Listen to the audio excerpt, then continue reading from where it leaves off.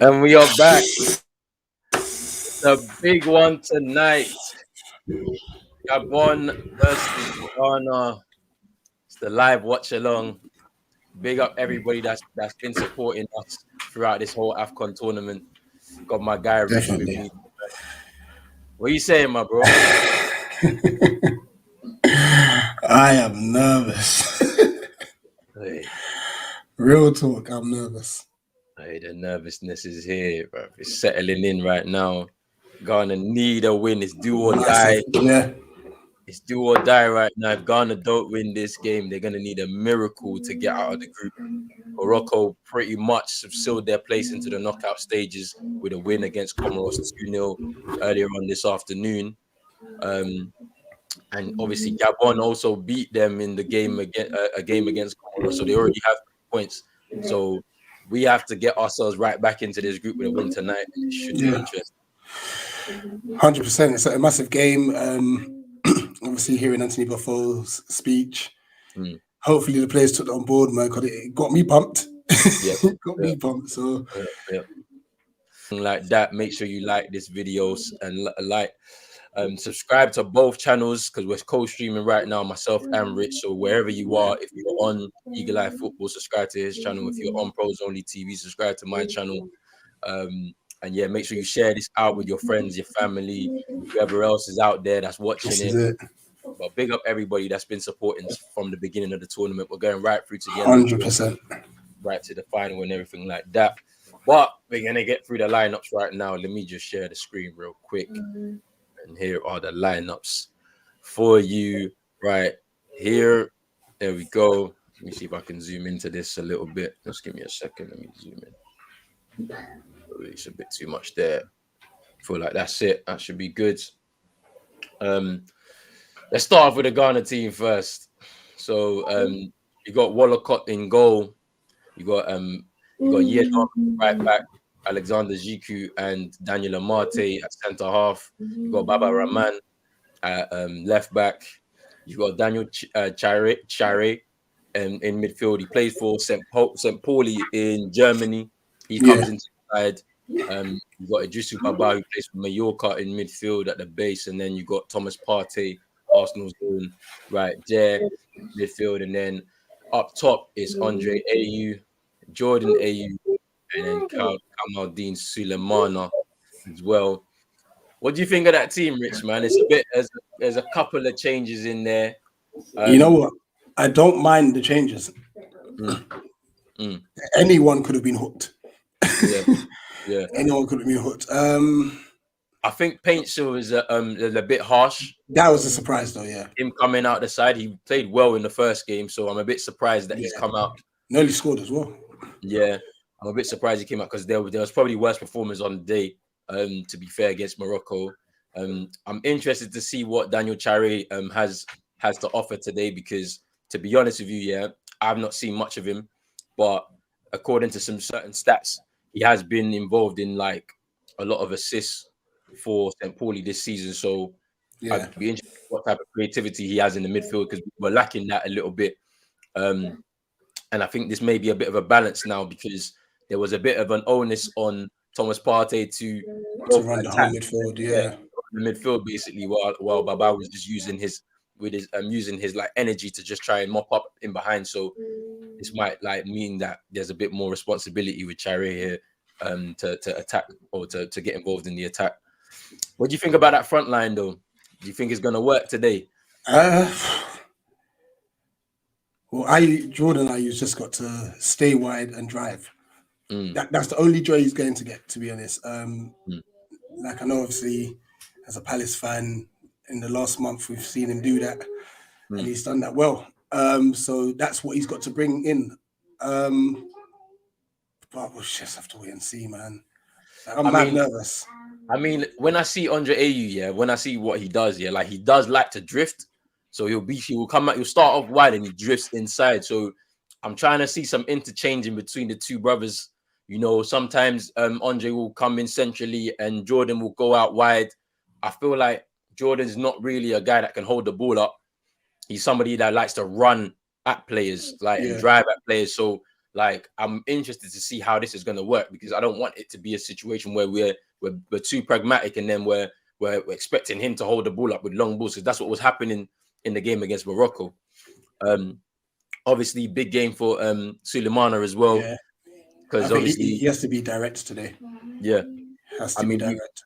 We didn't really give him an opportunity like to run at Hakimi in the game against Morocco, which he already had that matchup this season. When it was Rennes versus PSG, he found a lot of joy, but he couldn't find any joy on Monday. So it's a big game for him tonight too. But huge game, and I think he will turn up. I think he will know it himself. Yeah. And then let's move on to the Gabon teams. Run through it real quickly. So in goal, you've got Amoneme, Asamu, Ekule Manga, Oyono, Obiang, Achunga, Kanga, Poco, Martinson, and I don't know what the rest of the name is saying here, because it's all just been tailed off. And then Boon Penza and Buanga Penza, who scored the goal, I think the winner against Comoros. A good finish as well, to be fair. Yeah, it was a good finish. No Lemina or Aubameyang, and I'm looking at their bench right now, and they're both not there, even though they returned to training. So what do you think about that? I'm happy they're out. But then on the flip side, Aubameyang's form's been so bad. You know, where you just rely on someone so bad, that might have worked to our advantage. But once again, it just shows that I like the fact that the African nations are taking this COVID thing seriously. You know, not rushing him back and stuff. So on the safety aspect, I'm very happy with the decision made and stuff. And obviously, as a Ghanaian fan, I'm happy with the decision made. So. Yeah. I hear what you're saying, man. I hear what you're saying. So those are the lineup people. But yeah, let me just stop sharing here. Let's get into some comments, because there's a lot of people in here. Big up Brush, says Popcorn Gang, hit that like button. Drizzy in here with the flags. You already know where it is. Man. Alexander, big yourself up. Thank you for coming through again, my bro. He says Ghana need to win this game. It's a must win, and it will show how serious we are in the first 10 minutes. Kickoff is 5 minutes from time. Big up Ayub again in here. She said that, hello, brothers. Hope you're okay with your family. We didn't win again, Comoros. I know it's harsh, isn't it? But hey, you should be proud. Absolutely. You came through to the tournament for the first time. So I mean, yeah, no, it's good. It's good. It's good that you guys were here, and thank you for coming through as well. Yeah. Grizzy saying, Jordan, I beg this is your last game if we lose. He's been saying that he wants him to retire if this is a bad performance. Affect saying hello. How you doing? Thank you for stopping through. Mohammed saying Gabon, got the Gabon flags in here. Big up to you. Big up yourself though. Affect saying that 4-3-3, we should not use 4-3-3. We don't have the personnel to run off the ball. They all expect defeat, which is true. That's a good point. Drizzy saying, I'm done praying. Jehovah is our salvation. Drizzy saying it's a rubbish team. Yeah, Drizzy's not happy. And Jordan, big up yourself, Jordan. He says, come on, Ghana.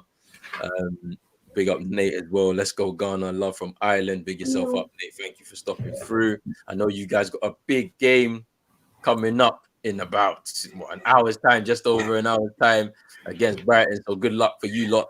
Hopefully you can get that win against Graham Potter's Brighton. I need a double win today, you know. Yeah, I need a double win still. A Betty Pelly tax is hefty, according to Drizzy, which is true. And then Chris Moss saying, Rich, big yourself up, Chris Moss. Big up Mossy. Big up Super Nick, she's back in here. Thank you for stopping through. Up the Black Stars, come on. She's saying no Aubameyang, which is a surprise. They've been training for the last couple of days, but they decided not to do what they need to do. African Glory saying big up from the Bahamas. Thanks for coming. Wow. It needs more coverage and respect from the wider footballing community. Let's go, Ghana. Big yourself Come up. on. Thank you for coming through. Thank you for even making that comment and that statement there. 100%. And if you're new here, make sure you like the videos. Subscribe to both channels, Eagle Eye Football, Pros Only TV. The link has been put in there. I'm gonna put Richard's link in mine, and I'm gonna pin it at the top. So, but thank you for coming through, man. We need to cover Afcon. What it's all about. 100%. And it's been fun. It's been fun. Yeah, it's been fun. Hey, look, every game has been really good. Like the game that we just watched as well. Like we watched the Malawi Zimbabwe game. Malawi with a 2-1 win. Whole game again. Like they play football. Everybody knows how to play football in Africa. None of this sit back and holding. Nah. Everybody's on the attack. It's wonderful to see. Nipping in here, big yourself up. He said, "Do you think the Premier League will listen to Arsenal?" Hey, there's no time for none of this chat right now. I don't even care what's happening to Arsenal right now. Who cares what's happening to them? You know what I mean? Let them do their thing, innit? But big yourself up for coming through. Yes, David Miller saying, "Blessed. God bless our homeland, Ghana. Come on, big yourself up. We're ready, man. We're ready. 100%. We're ready. We are ready right now. Let me just see where we are. The national anthems are being rung out. The Ghana team are ready, fired up. We're loud. We're loud. I'm telling you, the Ghanaians are in there full force. The supporter team is there. Handshakes for both coaches and both coaching teams. We're getting ready. We're getting ready there. Big yourself up, Sean. Hope you're well. Big yourself up. And Fortress Anfield in his great work. Oh, yes, Chase. Big up, Chase, man. Keep up the great work. My G Rich. Big yourself up, my bro. Hey, it's the big one. It's a big game. Who knows what's going to happen right now?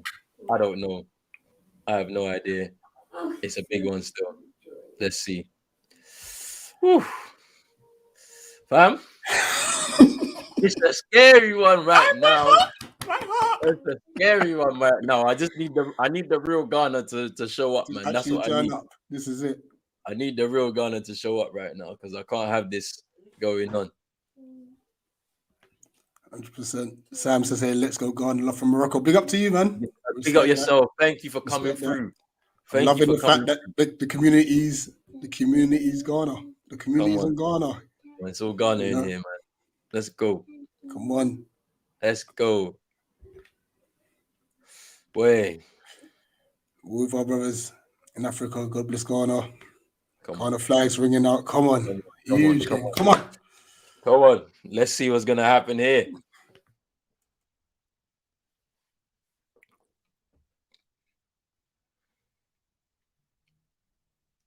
Also, people, stick around as well. Yeah. Like we're gonna be doing a call-in after this game. Win, lose, draw. There will be a call-in after this game. So we're gonna drop the link in. You can call in. We can chat about the game. We can also chat about the previous games in today. You know, Senegal played Guinea, and so did Malawi and Zimbabwe. And then we can also talk about Cameroon's performance yesterday, scoring 4 goals against Ethiopia. We can talk about everything else as well, whatever you want to talk about. So we'll throw the link in after this game. Hopefully, Ghana get the win, so then we can get some happy callers and whatnot. 100%. So, Moss, don't worry. This is going to be covered at the same time. It's going to be covered at the same time, so don't worry. Don't worry. Palace Seaweed game will be covered.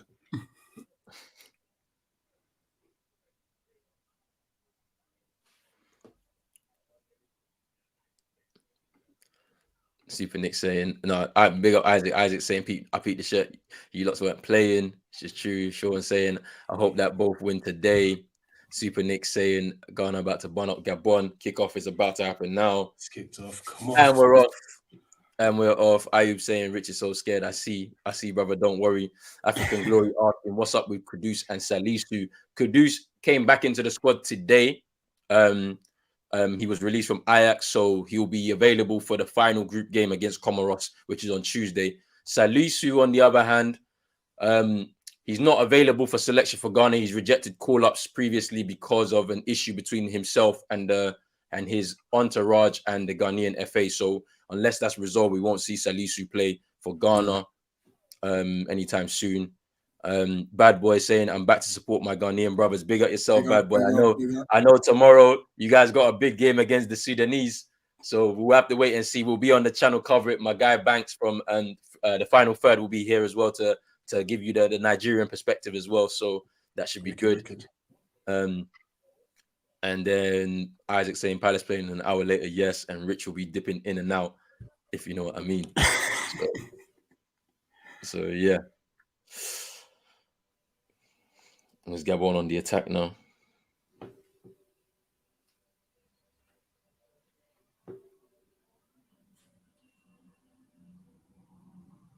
Get out to him a bit quicker.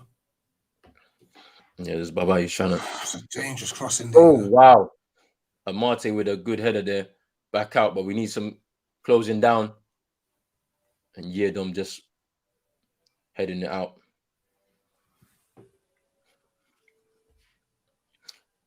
People have pinned Rich's channel, Eagle Eye Football, to the top of my chat. So if you're on Pros Only TV, make sure you hit that link and subscribe to Rich's channel. Crystal Palace content, general football content as well. Do you know what I mean? And obviously he'll be covering Afcon with myself as well. Throughout the rest of this tournament still. But Ghana on the attack now. Here's Thomas Partey. Oh, it's a terrible pass. Poor ball there.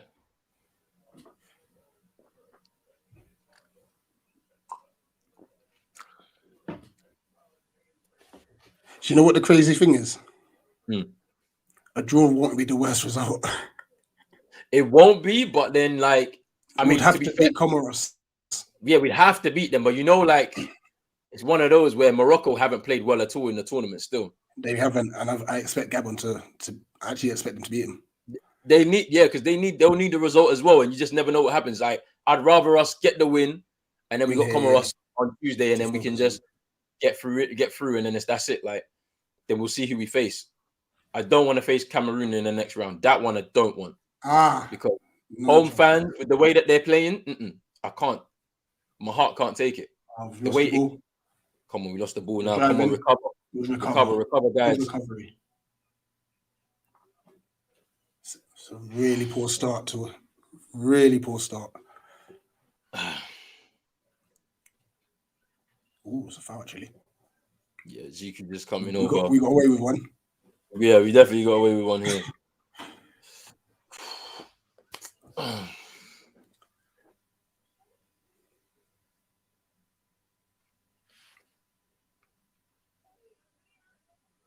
Hey, the Gabon fans came out, Yeah, just shepherded out. There you go. The Gabon fans are there in full force. So are the Ghana fans too. We're not too far away, either country, so they're well supported. I just hope this referee is not on them. What are they checking? I don't know.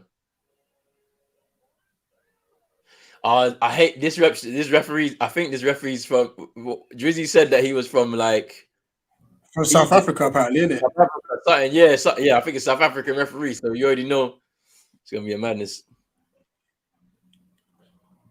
Super Nick saying, please like up the live and subscribe. Yeah, subscribe to both channels. Parallel in here saying, boys, we're not doing anything in this tournament. I know, but let's get through the group. Let's just get through the group stages. We don't want the embarrassment of 2006 again, where we went out of a group where that group was even stronger than this one. That was a group of death.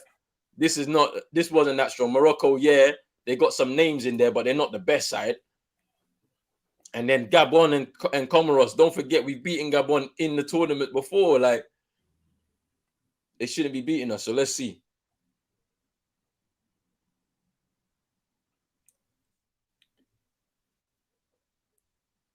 Talk there, man. Wow, where's the communication? Oh my gosh, Charles. What is wrong with us? We have had a terrible start. Wow.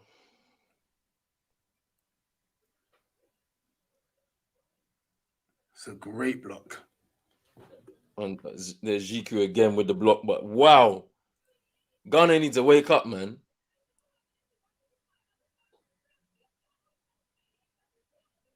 Catch it. Oh, he's caught it.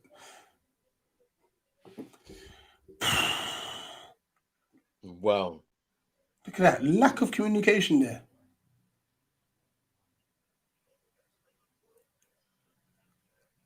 Good pressure. It's a good ball over the top there. Yeah, it was.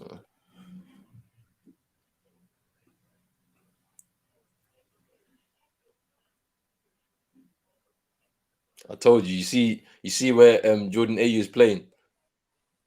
He's now on the right hand side, and Andre is going in the middle. Those two are going to interchange a lot in the game. Yeah. He's Yedom. He's Amate. Yeah, I don't want no long balls. I can't do long balls anyway. That's all we did against Morocco. I can't do that. Like This is better. This is better. Play through midfield. Patience, yeah.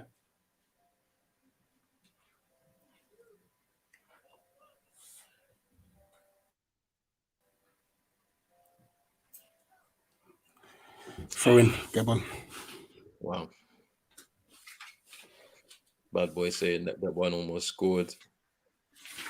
Like the Black Stars tonight, people. Big up Nate. Parallel saying this is depressing. It is so far.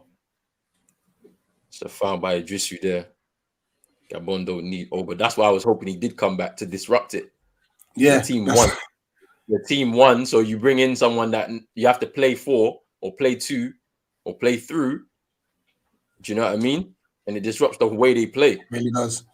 Makoma can't handle this. Okay, we've got a free kick. Chris, you might be ahead of time. I'm watching on Sky. Richard, you watching on Sky as well? Yeah, on the Sky Go app. Yeah. So we're going to be a bit behind. No spoilers. Big up CM saying big game, big yourself up. Thanks for stopping through real quick. But yeah, I don't know what's going to happen in this game. If we need a goal kind of kickstarts everything. Yeah. For us, to be fair. Just to settle everything down, honestly. You know, their press has been really good, you know.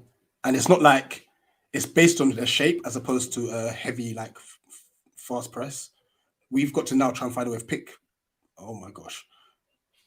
Play between lines somehow. Okay, we've got a free kick. Alexander was right. He said it, earlier. He was like, this Ghana squad doesn't have the same quality as it did 10 years ago. Do you know what I mean? Yeah. And you can see it because, like, they just don't play. They just don't play. Chris, we're at 8:46. That's where we're at. Parallel saying quietly leave at the group stage is Jure. No, it's offside. Quietly leave at the group stage or get smacked up by the Niger boys. What would you rather? Remember, Junior Ogogo is no longer with us for the Super Eagles. R.I.P. Junior Ogogo, by the way. Yeah. But yeah, I don't know. I just want to get out of the group because this is more embarrassing than the way we went out in 2006. 2006, we was in a group with Nigeria, Senegal, and Zimbabwe, and we got knocked out of that group with 1 point. Like, I don't want to go home with like 3 points from here. From this group, yeah. Yeah, like from this group, no way. This is an easier group, like, to navigate through. But yeah, I think we do play Nigeria, you know, if we get through this group. There's a foul on Jordan Ayew. That's going to be mad. I think we do play Nigeria. That was what they were saying. I think I was watching it on I was watching Football Fans Tribe. It's like a big channel in Nigeria. They had a call in yesterday, and people were saying that, yeah. Oh my days, Jordan, are you losing the ball there? But another foul. There's another foul, yeah. Big up Hamza in here. He says the Tunisia game was just hilarious. The goalkeeper was something else. CM saying drop a like and subscribe to both channels, everyone. Pros Only TV and Eagle Eye Football. There's a Hamza on Rich's channel. There's a Crystal Palace watch along. I believe Jordan, maybe Nate, and a few others may be holding that down whilst Rich is over here, and Rich might pop in and out for a bit. CM saying share both channels to everyone you know. Big up yourself. Creambone saying evening fellas, come on, you Gunners, hedging my best with that. Big up yourself. Palace, Eagles, Nigeria, Super Eagles. Come on, Rich, you love them too. So it could be a round of 16 versus Nigeria. It'll be mad though. It'll be mad still, but you know, Is what it is. I've lost the ball again. Oh, I think it's given handball. Wow.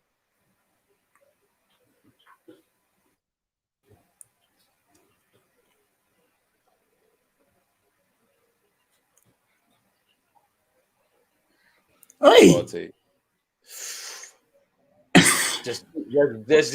Hey, nah, this is crazy, man. That was a bad foul. Yeah. You can tell Gabon just want to like break it up as much as they can. Make sure that we get into no rhythm. Yeah. Just trying to make it difficult, scrappy kind of game. Yeah. We need a goal. I want a goal. Get a goal, and it settles everything down. It opens the game up a bit more. We have a bit more space in behind. The way they've set up with this 3 at the back system, they've packed the midfield as well. Yeah, they have.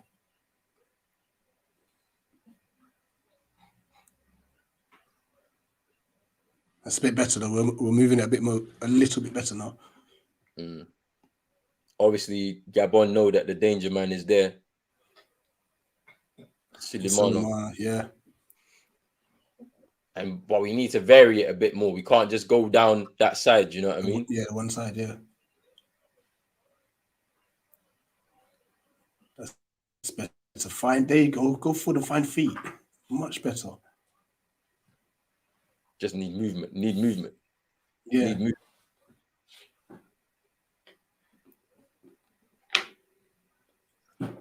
Great touch. It was nice from play quicker. It's Baba Rahman now. Lucky.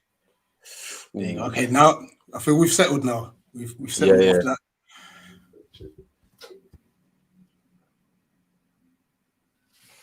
We got a lot of people in here.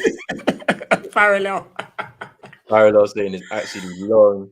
I'm gonna shout you still. When it hits that time, I think we should be fine. I think it'll be like the final 15 minutes or so of the game. So I'll send it through still. Tense moments. No, Bad boys say only play Nigeria if you come second in this group, which we probably are at this point. Because of the head-to-head. We have to just win these next 2 games to be able to get through. And it won't be round of 16, it'll be in the quarterfinals. So who are we facing in the round of 16? That's the madness. I hope it's not Cameroon, because I swear down, I'm not having that. To go out, Vincent Abubakar double again. Nah. I can't have that. The referee is now becoming the center of attention. I hate this. This is what's going to happen. The same thing happened in the game against Morocco. Parallel saying, I'm going to say what you two won't. I want to get knocked out of the competition by anyone but the Super Eagles. You're mad. Who said we won't say that? Listen, I cannot have them beat up. Nah, I can't, because obviously if we lose this game today, I know people that are going to be deactivating, boy. But I'm also saying that, listen, if Nigeria knock us out of the competition, oh my days. Yes, Drizzy's confirming it here. Yeah, he said it's Cameroon or Senegal in the round of 16. At this point, I'll take Senegal. Oh, with a cross. Great ball, a chance there. Sulemana just gonna recover this ball. It looks like, yeah, he does. And we start again. Let's see. Here's Yedom. Here's AU now. Does he get fouled there? No. Loses the ball. Idrisu just getting a foot in there. And Gabon still have it. Aubameyang. Here's Kanga. Tries a long ball there. And it's a goal kick. Boo Penza. Yeah, we got to keep an eye on him. He was very lively first game. Yeah.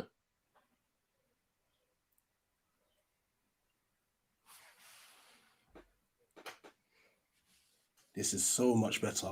Just a bit of control of the ball.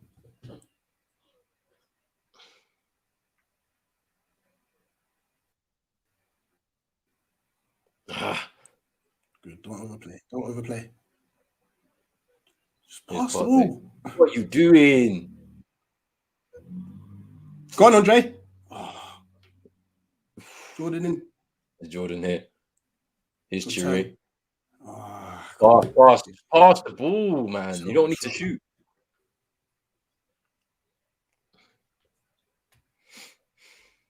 Jizzy saying he'll be the first to deactivate. Boy. This is peak, man. This is peak still.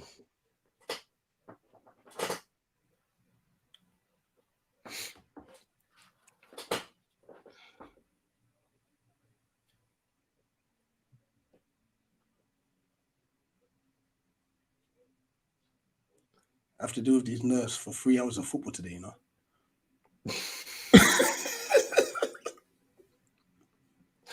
Boy.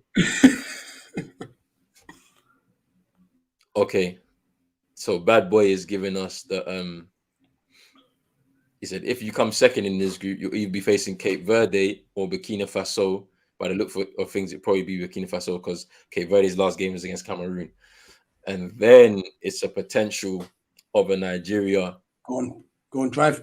Why are you turning back inside? Wow.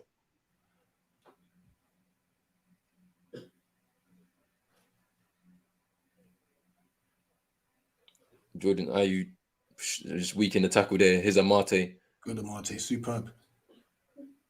Cleans up there. To be honest, it's nice to have a very composed goalkeeper, you know. Hey, but he was looking a bit shaky still. Like, I'm not too sure. I'm not convinced. I'm not convinced, I mean, honestly. With the ball at his feet. Look at who we've had before. Rich, I'm not convinced. I'm not convinced. People are saying goal. I'm sorry. Oh, please, no guys, spoilers. No spoilers. No spoilers, please. Let's see. Thomas Partey. Come on. Let's see. Are you? Is Andre? Go! Come on! Go! Let's go! Let's go! El Capitano! Come on! Let's go! Come on! Come on! Great strike. The captain does it. The one person that you know you can, the one person you can count on. The one person you can count on in this team to produce a moment like that. Andre, you out of his feet. I'm telling you now. Beautiful strike. I'm telling you now. This now settles us down. Let's play. Let's go. Come on. Let me update one banner real quick. Give everybody the score line. Come on, let's keep that intensity up. That's what we need. It's a good start. 20 minutes in. Come on. Good pressure. Come on. Oh, unlucky. Is that a foul? No. Ref said he won the ball. Tell you what, the intensity of the game is now picked up. Boy. There's 40 of you watching right now. Make sure you like this video, subscribe to both channels, depending on where you're watching on. The links are pinned to the top of each of our videos. This is away. Tell him, Marty. Yeah, tell him. You're giving the ball back to me there. Go. Get in. The spirit of Pele lives. Come on, Betty Pele lives. Yeah, CM in here. The fire emojis. Parallel says, don't want to ruin it for us. Bad Boy saying, let's go. 1-0 Ghana. What a strike. Creambone saying, this is a great shot. Good. My mum's in here. Big up, mum. She says, go, Ghana, go. Hello, Auntie. Andre saying, we love you. Andre, we love you, Jordan. We still hate you. Come on. Chris saying, subscribe to get all of the notifications and all of that. Wait, 1-0 to Ghana. Andre Ayew, the captain, with the goal after 90 minutes. 20 yards out. Calm. We need calm. We need calm. Whew. Terrible corner there from Gabon. And out for a goal kick. Okosia coming in here saying Ghana with the emojis. Thank you very much for coming through. Thank you for coming through. She's coming here with the love for Ghana. Thank you, Okosia, for coming through. Ooh, pure. Hits it pure. That's it, man. This is the captain. That's what captains do. 100%. When everything is against you, you have to go out there and perform, and that's what Andre Ayew does. And to Every be fair, time he's been carrying the nation. he has been carrying still. He's been carrying still.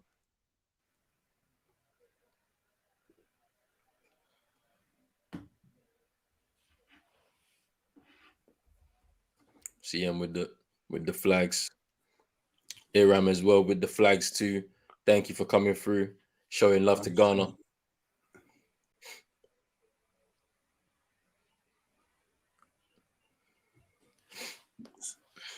Really appreciate the support whilst we take you through this journey, man.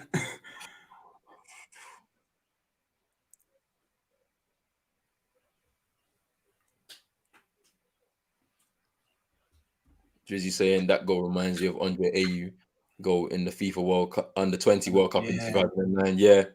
Yeah, I remember that goal.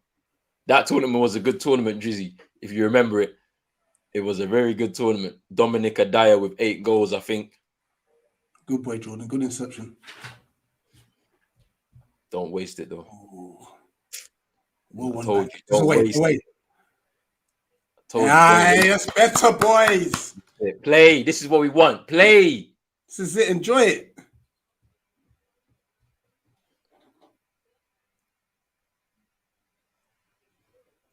Well done. Good.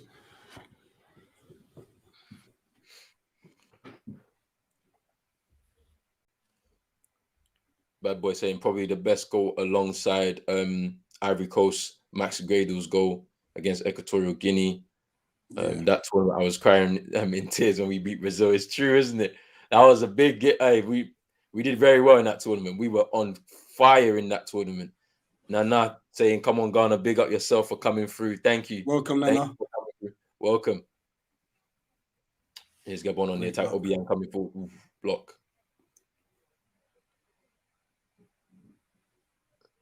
And there's GQ there.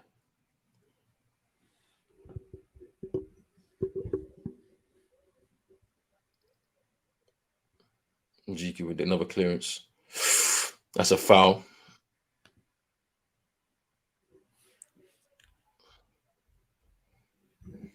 And my mom saying, please subscribe to both channels. Subscribe to Pros Only TV and Eagle Eye Football. Wherever you're watching, we've pinned a link to each of our channels to the top of the chat. So just click those links and you can go through and subscribe. Thank you for your support so far through the tournament. It's been amazing. Andre Ayew's just getting up after the challenge.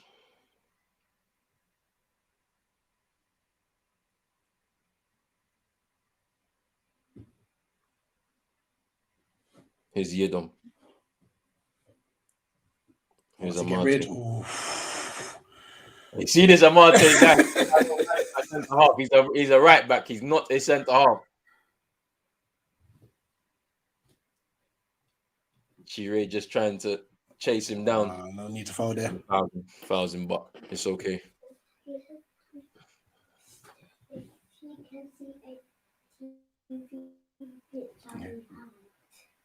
TV picture behind the TV. 25 minutes gone. Ghana 1, Gabon 0. Andre Ayew with the goal. A stunner from 20 Great yards. strike after 19 minutes. And just based obviously on the passage of play, like it's deserved. Very shaky start. First 5 minutes, we were all over the place. Managed to settle, gather ourselves, and we've been a lot better since then. But what we don't want to do is now give the owners back to Gabon to just have all the possession. I mean, Ghana have had most of the possession, 68% to 32 so far. So we're keeping the ball fairly well. A lot better than we did against Morocco. Morocco, Great we kept giving the ball away. Yeah, constantly. And then when we realized we couldn't pass, we then started playing like Burnley. Yeah, Just long balls. it was long balls. It didn't make no sense at all because there was no one to hold it up. As I said, can you see what I'm saying? You see where Jordan's operating? He's operating wide, which he's a wide man. He's not a striker. He's won the ball, surely. You're dumb thinking he's won the ball. Green pens are going down. But it's a free kick to Gabon.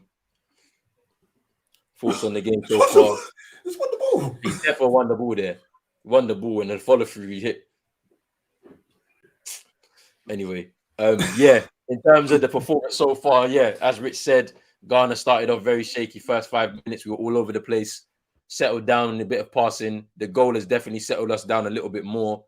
Gabon they've been fouling a lot. They've been trying to make it a scrappy game, making it difficult for Ghana to play.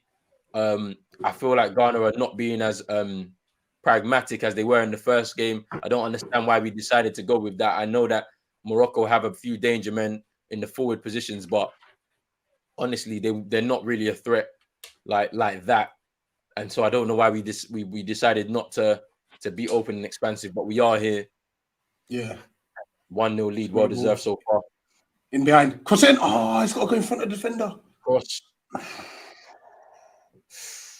Ooh. Oh, if it goes the other side of the defender, he's got tapping.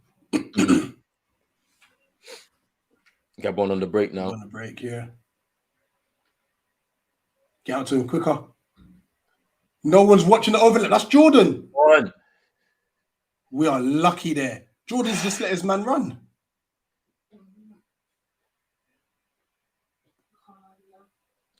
That was a chance there. I don't know why he didn't shoot, to be fair.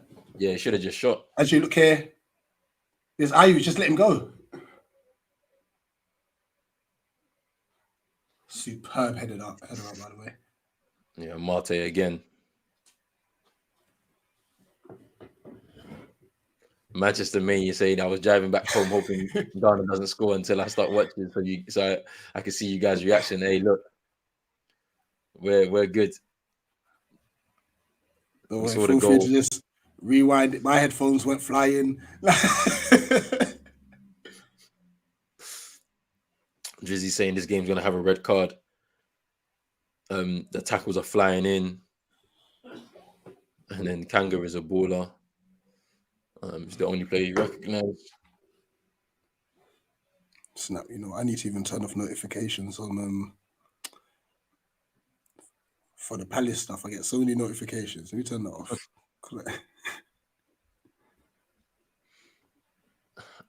Affects saying that Jordan playing like he's too big for the team. At Palace, he tracks back and everything like that. So I don't understand.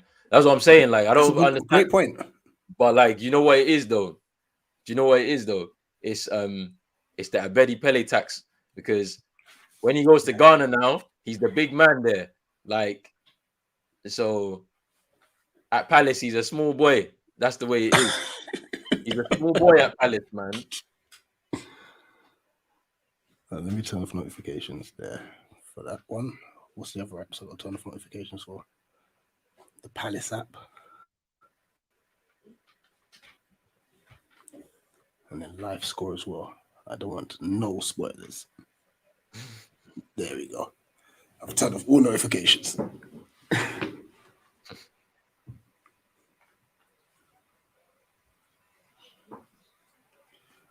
Half an hour in. Hopefully we can get another goal before half time and just have a bit of a cushion. Great ball.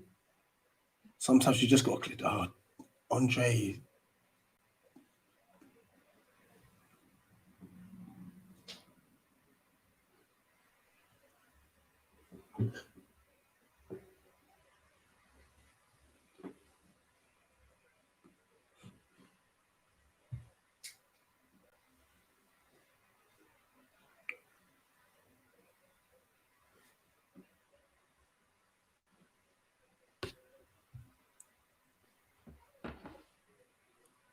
So Drew, that's down. Juku. That was a bad tackle. Go on, hit the channels. Great ball.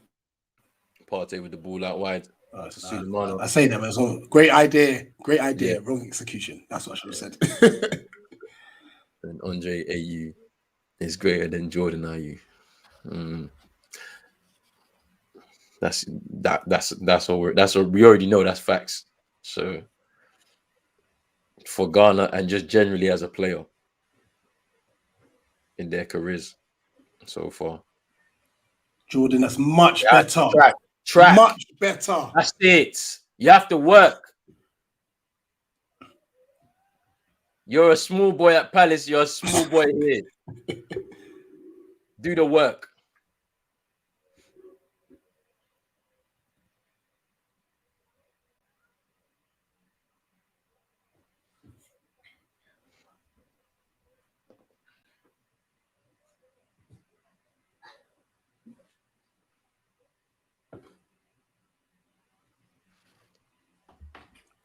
You know what? Earlier on, I did say I like the yellow kit, but this white kit is nice. I like the yellow one though. I feel like I like the yellow one. I think, to be fair, The but the white one is nice though. A pure finish. That's a good finish.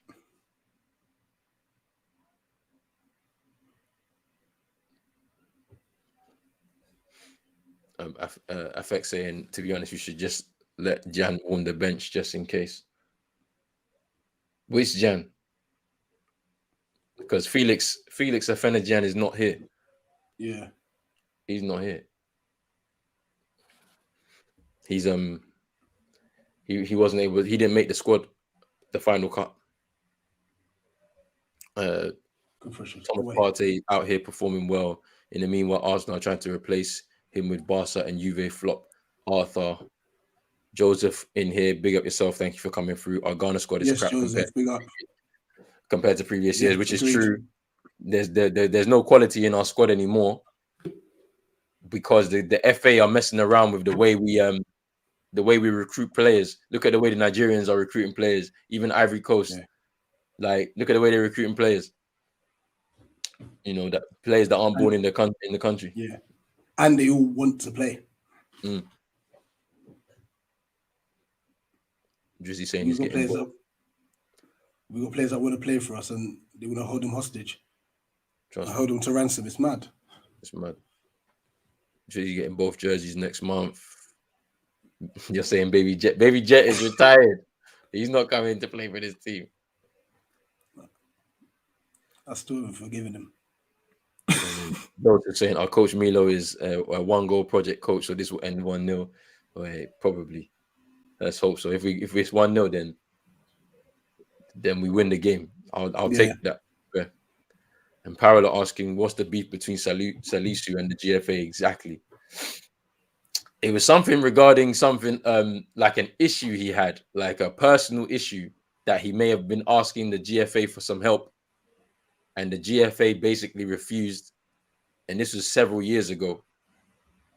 And now the GFA are trying to call him up, and he's refusing because there's some breakdown in their relationship. So that's as far as I know.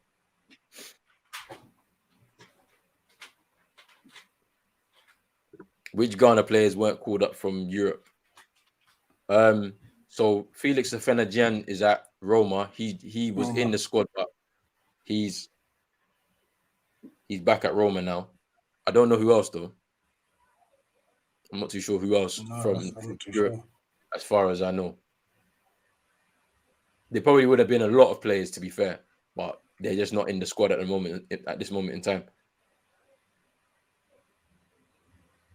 Go on, Jordan. Go on. Do it. Good. He's going. Good. Cross. That one needed a low drive instead. Give it back.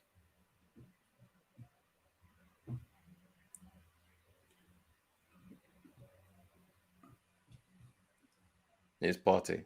He loses the ball in midfield. Oh, he's been booked. He's been booked as well. Bad boy saying, to be honest, Arthur isn't a flop at Juve. He just doesn't get enough playing time. And the current Juve squad is trash as a whole. Yeah, they've been struggling real bad. Joseph saying we should be getting Hudson-Odoi to play for Ghana. He isn't getting into the England squad, which is true. but we'll see what happens there. I don't think you should be parading him around in a cross sports stadium and taking him to see the president to convince him to play for Ghana. If he wants to play, he wants to play. This is But it, if he doesn't want to play, he doesn't want to play. It's simple as that. There's no need to do all this fanfare for one player. So we'll see what happens there.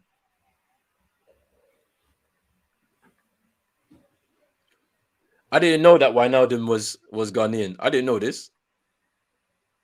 What's going on? So you're saying it's his dad, right? Is a Ghanaian. I didn't know this. But yeah, Balotelli. I remember when Balotelli was 17, he got called up for the Ghana squad. They tried to take him to the Afcon in 2008, but he refused the call up. Yeah. When the manager was Claude Leroy at the time, and he refused to call up the call up. Interesting though. But to be fair to Balotelli, he actually does like respect his Ghanaian heritage, you know. Like I've seen him, like he does get involved in the culture, like, so it's interesting.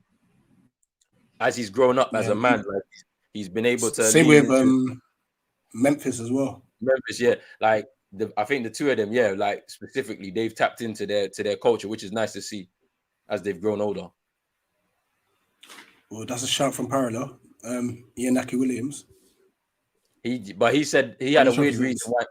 He had a real reason why he said he didn't want. He said he doesn't feel connected to the culture, apparently. So that's why he doesn't want to play. So that's his business. To be fair, he's got a younger brother who could potentially change his allegiance to, and that's the ball out.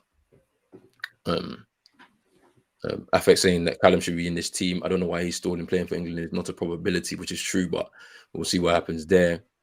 Tariq Fosu at Brentford. Yeah. I don't know what happened to him. He was in some squads early, but I think he was under CK O'Connor. That's why I think he was in those squads. But since the new coach has come in, no, he hasn't really had any. And to be fair, I've not seen him much for Brentford this season. No. Yeah, so I'm not sure. Yeah, Naki Williams. And boy, 38 minutes gone. Ghana still lead 1-0.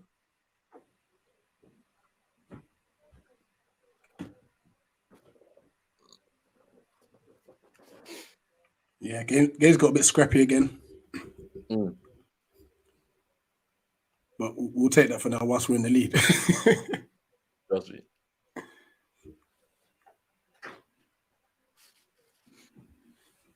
Affect saying, is it me or is Thomas Partey insanely one-footed?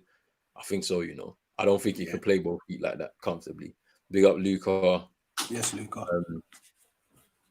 I didn't know that about Wijnaldum, you know. That's interesting. That's crazy, isn't it? I never knew that.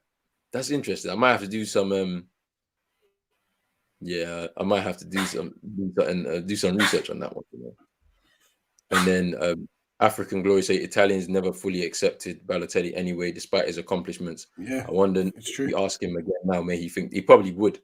But it's just one of those where he made his choice. When he made his choice, I feel like it's one of those things where sometimes when you lead, when your choices are led with anger and and whatnot, then sometimes you can make a mistake. But you see, as he's grown older, he definitely embraces his culture a little bit more as well, which is good. And then Parallel saying Kwasa Sem from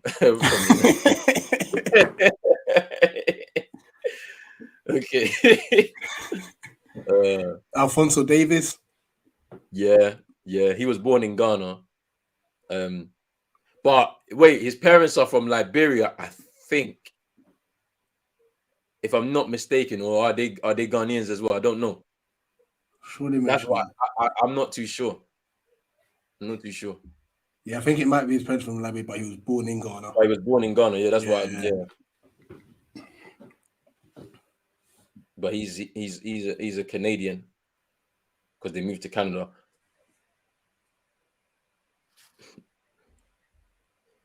And then Guarin saying, "Hey, yo, good start, boys. Hey, it's a good start. 5 minutes to go until half time plus added time. Here's Gabon on the attack now, but yeah, we got a good start.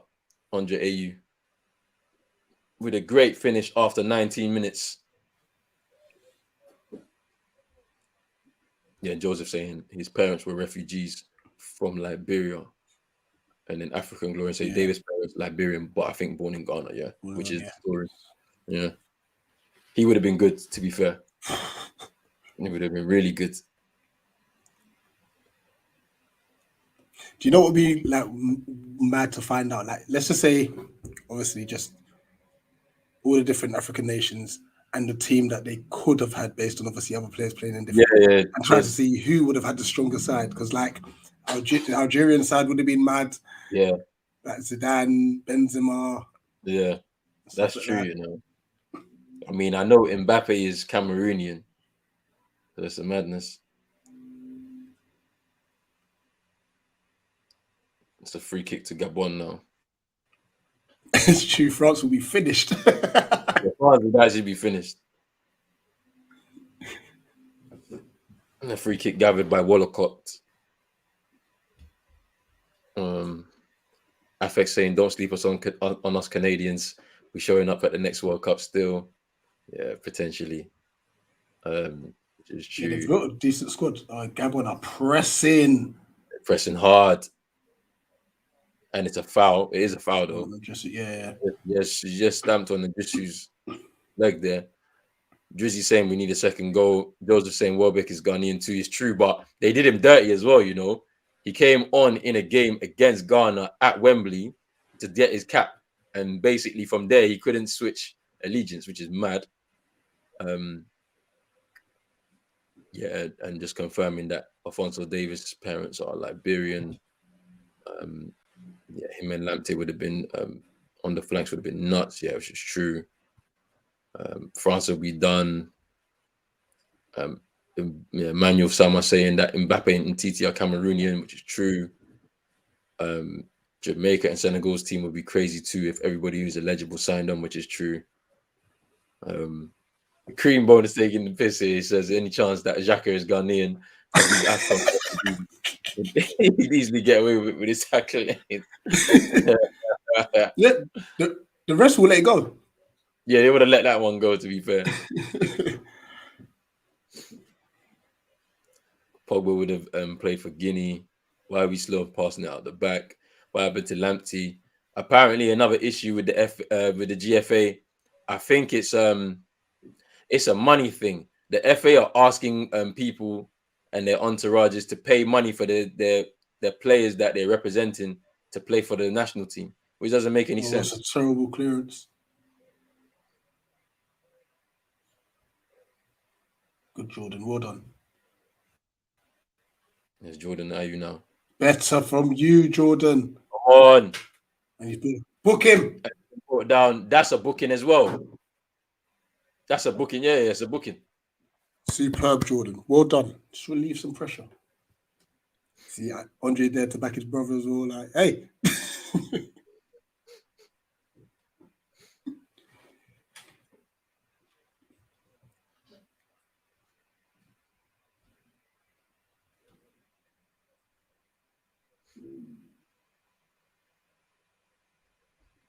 Luca asking, do you feel like Algeria will win it? I'm not sure. They haven't been impressive, you know. Yeah, I'm not too sure about that. And I did tip him. I tipped him. I didn't think they would do anything. I know Mahrez is you know, is a good player, but he's not going to carry the team though. Lamptey is a good shout, yeah. Lamptey, hopefully something happens with that situation. Eto'o is trying to recruit Mukoko. Is that the Dortmund striker, the 16-year-old, 17-year-old now to Cameroon? Yeah, I think he's 16 now. No, 17 now. 17, yeah, that might be interesting though, to be fair.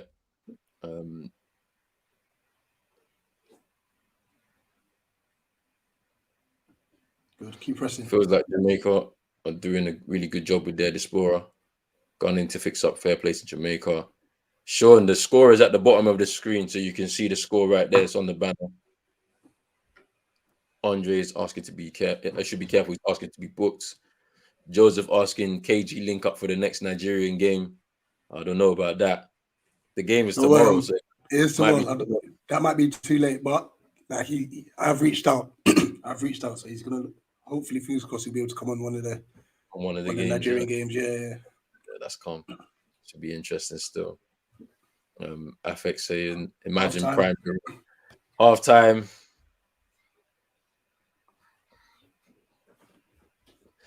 Half time, 1-0 to Ghana. Andre Ayew with the finish after 19 minutes. Halfway through, Andre Ayew, not Jordan. Sean, Andre Ayew. Halfway through, what this could be. This is a big, hopefully a big victory for Ghana to stay in the competition and qualify for the next round with the Comoros game to come on Tuesday. Should be very interesting. Let's see what happens. Imagine Prime Jerome Boateng for Ghana.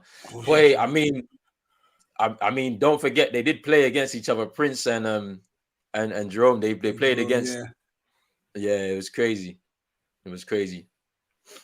And then Guarin saying, speaking of Davis, being a refugee, Naki Williams of Athletic Bilbao has Ghanaian refugee parents who reached Spain. Yeah, we know the story. We know the story, Guarin.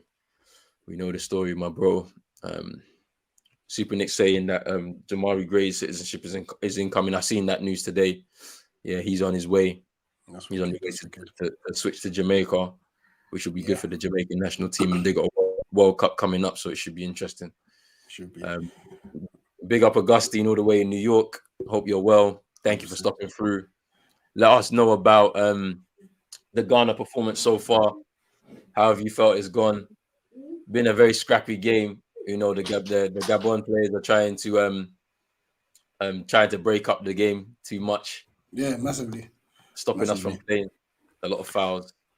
Right. Bro, I'll be back in a bit. I'm gonna go set up the Palace one now as well. So right. I will be back in a sec. All right, see you in a bit. Keep locked in. Keep locked in. Yeah, keep locked in still. Yeah, Super Nick saying like up the live and subscribe. Palace game in 10 minutes. Good luck, Brighton. You're just trolling here. Parallel saying we need to tap up Robbie now.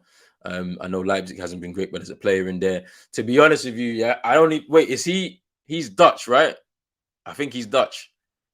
I think he's made the Dutch national squad before. Made his debut. I think so, but we'll see. We'll see. Big up Ferbs in here. Blessings, bro, my bro. I hope you're well. Man's asking for the 1-1. I don't know. I hope it's not the Ghana. I don't hope it's not the Ghana game you're talking about. Talk about Palace Brighton, not Ghana. We don't need a 1-1. We don't need a 1-1. African Glory saying Amate, man of the match so far for me. And Sulemana has been quiet too, which is true. I mean, there's just not been enough space to play. This is the problem. Sulemana would probably work best if there's space in behind to run into because he's got that pace. The one thing he does need to develop is, he needs to develop his close control a little bit to be able to beat players one-on-one. But he's got the athleticism to get past a player. So, that's always a good thing. It's just that you need to work on other sides of your game because you will lose that explosiveness at some point in your career. So it should be interesting to see what happens. Alexander coming in here again saying that Ghana need to field another midfielder for us to control the game. We've lacked possession. Chare needs to come off, which is true. I thought he was going to come in and add a bit more of an attacking threat and take some of the responsibility off of Thomas Partey in midfield. Because in the first game against Morocco, Thomas Partey was being asked to do everything in that midfield, that double pivot with Idrisu. But maybe it's not worked out, but we did need somebody fresh in there. There's still Edmund Addo, who's still there. The player that plays for Sheriff in Moldova. He's had a few appearances in the Champions League as well. And he played really well as well when I've seen him play well at the Bernabeu when they got that win. He's somebody who I feel like can control in the midfield. He's not an attacking player. He's a bit of a box-to-box, but he can also control. So it should be interesting to see what happens there. But yeah, both Robbie and Doku should have been tapped up. I know That's the thing. When you look at Doku as well, because Doku's playing, also plays at Rennes as well. So he's obviously there with Sulemana, and they're there on either flank, you know, tearing things down for Rennes in Ligue 1. So it's interesting still. And PS Bro, he still hasn't made the first team. Okay, so he still hasn't made it. I thought he did, so he hasn't made the first team. Okay, fine. So that's interesting. That could be an interesting one to look out for in the future. Let's see what happens still. Let's see what happens.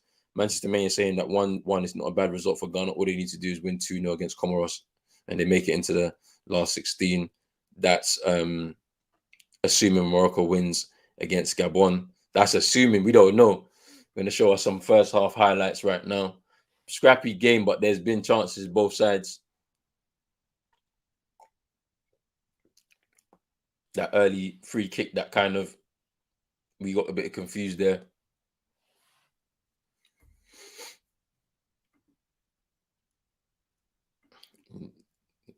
Alex Stephen Appeal.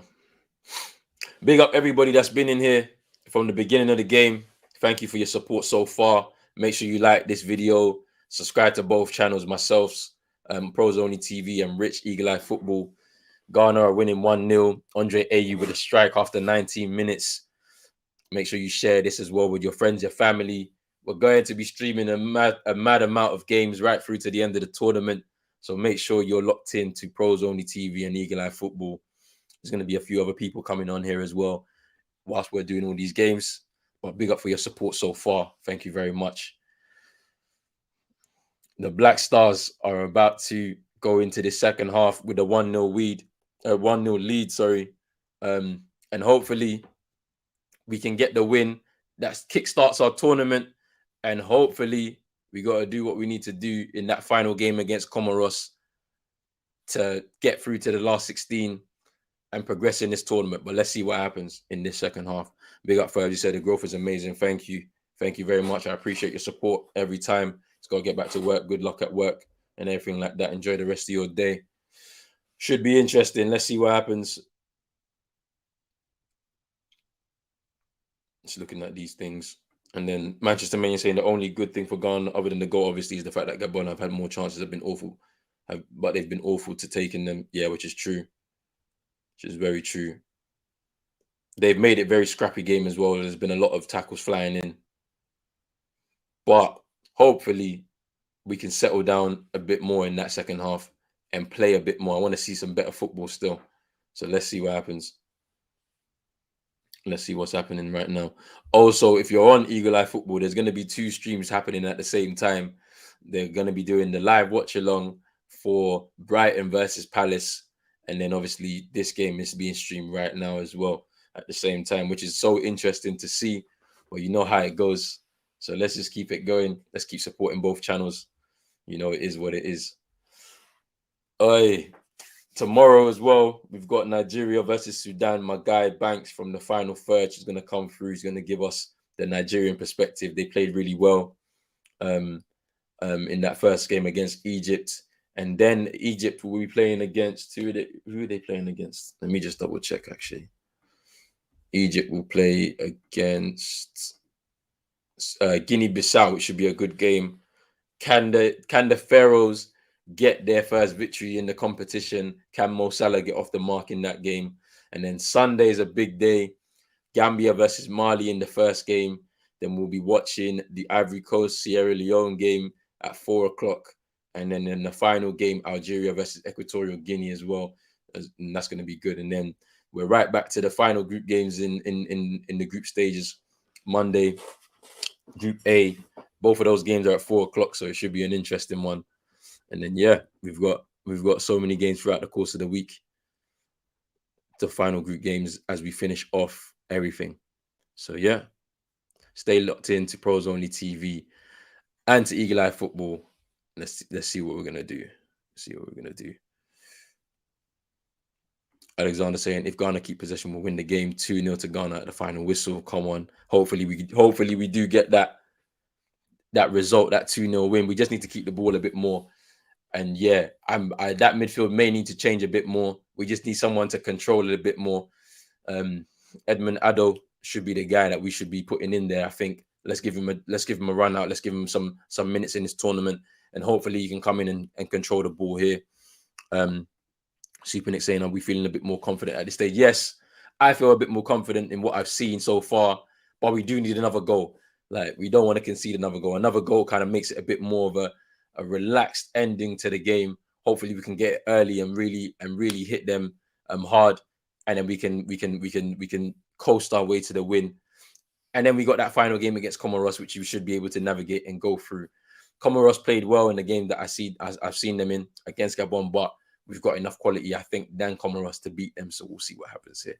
We'll see what happens in this game. Let's finish this one and navigate through first. And then you asked, will we stream United on Sunday? But the game is tomorrow. What time is the game tomorrow? What time is the game tomorrow? Because I don't know what I'm doing. I mean, in the morning, I'm going to be out. So I don't know what time the game is. It's Villa Park, though. We haven't lost at Villa Park since 1995. So we should be able to win that game. Oh, okay. I didn't know this. That Aubameyang is out because of heart lesions after a bout of COVID. Okay. It's fine. So that is the situation. That's the situation.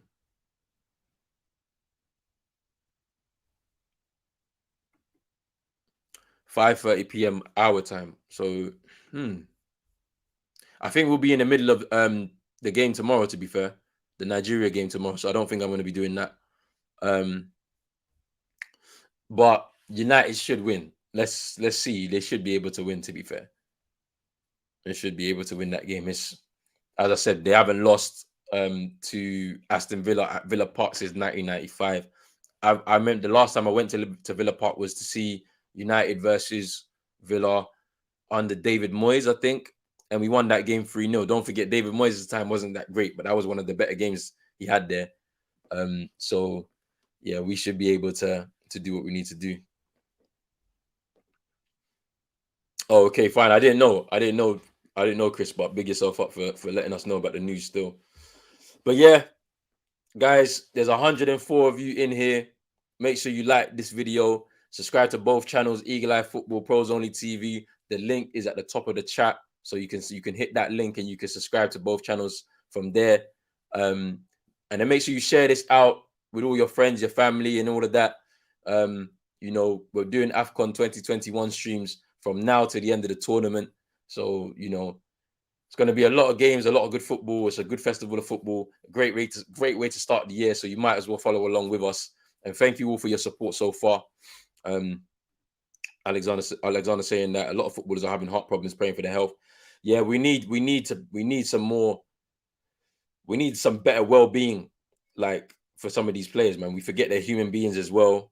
It's not all about the football. Sometimes your health is more important. You know, we want to make sure that these people go back to their families after their training sessions, their games. So hopefully somebody can, you know, make a stand and let's try, and because they got a World Cup this year. This is going to be difficult, and then Afcon is going to be next year apparently. It was, even though, yeah, it's just too crazy. So, you know, we really need some well-being problems. We need to sort out these well-being issues, because the players' health comes first. Without the players, the games doesn't go through, you know. So we'll see. Manchester Man saying, I'm not confident about the Villa game, but it'll be, to be honest, but we'll see. Creambone saying, don't be so sure. Villa on a roll and United aren't at their best. So the record stands. I hope somebody in there can remind them that they haven't lost there since 95. Even at our worst, we've won games there. So hopefully we can get another one there too. I know the Gerrard factor is there, but it is what it is. As I wondered why Oba wasn't on the bench, then I saw he had issues. They said he had swelling around his heart. Okay, fair enough. Fair enough. Game's about to kick off for the second half. And guys, don't forget, we're also going to have a call-in. I'll drop the link in the chat as well. So that you can call in, so that we can discuss this game. We can discuss the previous games today. Malawi beating the Zimbabwe 2-1. and then obviously the 0-0 draw between Senegal and Guinea. And then we can also discuss all the other teams in the tournament so far, because we've all seen them play at least one game. So who's your standout performers? Who's been the standout team? Who do you think is going to win? Has your opinion changed, or who do you think is going to win Afcon? Who do you think is going to be the top scorer? All of those things to be discussed. So you just come in and let us know. At the end of the game, we'll go for about half an hour, maybe a little bit more, depending on what you all want to talk about. And Parallel saying I was wrong about why Wijnaldum. It was his stepdad, but he did adopt the name Boateng. Okay, fine, fair enough. Because I didn't think he was Ghanaian. I thought he may have come from Curacao or Suriname, maybe. But yeah. Aubameyang apparently left out because of heart problems. Same with Lemina. The same thing happened to Alphonso Davis. Okay, something is going on, because they've all contracted COVID within the last 2 weeks or so. Hopefully they can recover and get back to what they love and what they do best. Let's hope so. Praying for their health. It's a ball in there. Well defended by GQ.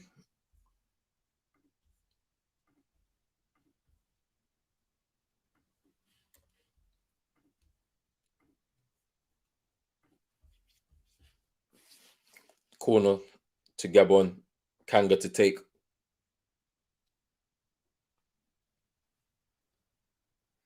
Crosses the ball. Ooh, it's a free header.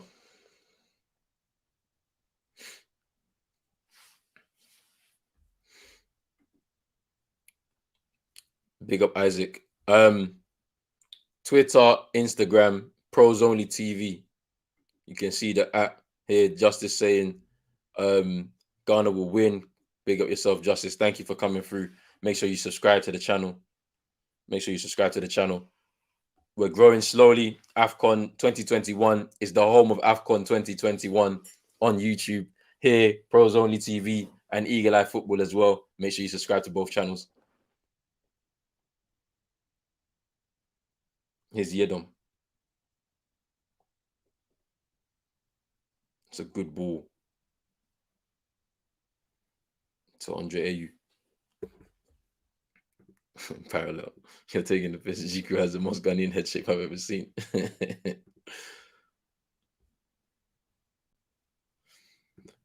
Big yourself up, Justice. Thank you. Welcome for coming. Welcome. Thank you for coming through. Thank you for showing support. Hopefully Ghana get this win, and then we can relax. Final game, Comoros. We should be able to win.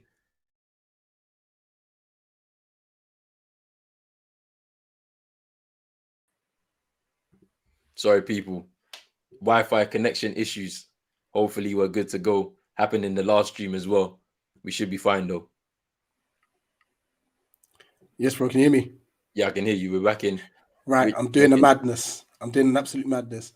I've literally got the Ghana game and the Palace game up. I've got 2 separate windows up. So everything you see here, you're going to see in the Palace Watchalong too. So I'm actually doing both. So if I mute, that's the reason why. If I mute, it's because I've gone and I'm speaking on the other one. Yeah, more saying crazy double matches, double podcasts, and working. Creambone switching over to Eagle Eye. Try to be back before the final whistle. Big up yourself, Creambone, man. Big up for your support. Manchester Mania saying I'm 5 subs away from 700. There's 150 of you in here, so please like this video, subscribe to the channel, and to subscribe to Eagle Eye Football as well. We are on our way. Big up yourself. Thank you, everybody, for the support so far.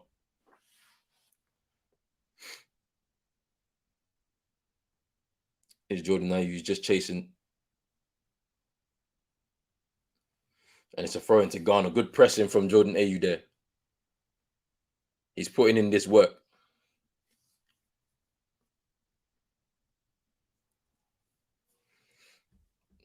Santi saying Rich's evil twin is on another stream, I'm sure. Big up yourself, Santi, for coming through still.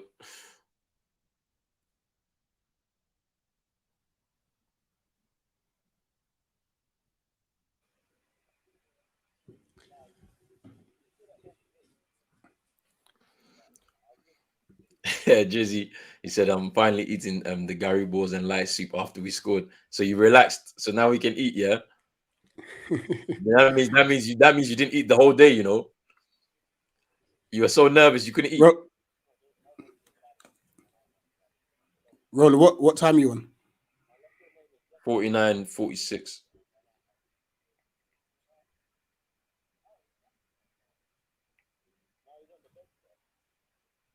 There's a foul there. Okay. So I'm on 15, 17. What, 15, 17? Or 50? 50. Okay, yeah, no, I'm behind. I'm a little bit behind still. Oh, okay, gotcha. Aye, you're nearly on 700. Aye, big up. Let's get him to that today. Let's get him to that Big up, today. everybody. 165 if you're watching live. Let's Come do on. that. Hit the subscribe button. Here's Aubameyang. There's Yedom. Parallel asking both of us: Ghana win the World Cup or United Palace win the Champions League? You got to pick one. Ghana winning the World Cup. I've already seen Ghana win United the World Cup all day. I've already seen United win the Champions League. 08, I was like 15 years old. I was screaming my head off in my parents' house. Like I was screaming my head off.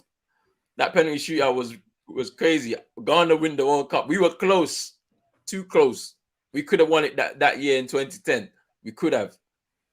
Yeah, this is it. Only for Luis Suarez.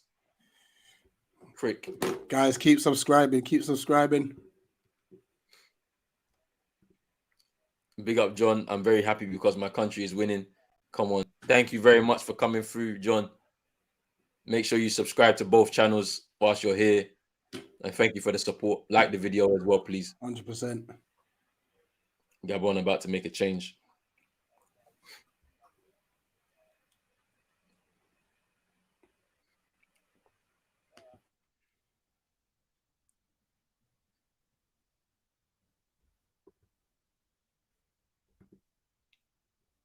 How are the two of you?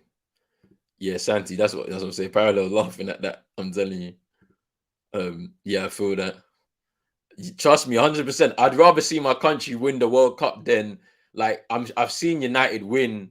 You know what I'm saying? I've seen United win the Champions League before. Like I've seen them win it twice. So I'm happy. Like I've seen it. Like, will it happen again? Probably. I don't know when though. But my country winning the World Cup, crazy. And yeah, Iron Robin, I saw that dive. Yeah. I remember that dive now. Yeah. It's true. It's true. African Glory saying, I can't stand Suarez, bro. I'm telling you. That guy, boy, that guy is there's something else. I can have a stream, the whole stream to talk about that guy and how much I don't like that guy. He's Andre AU now. The captain scoring the goal so far. Baba Rahman and Suleiman are not on the same page there.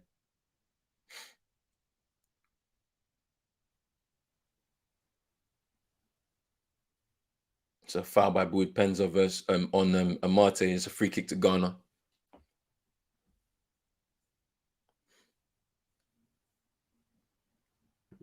Manchester Mania saying, yeah, I know you can laugh, but don't laugh. Don't worry. World Cup is the ultimate. And on and off the pitch. Yeah, he's just not a good human being. That's it. It's simple as. Here's Suleimana now. Ooh, is it a foul? Yes, it's a foul. They've been just fouling. Literally all game. The Gabonese players have been fouling.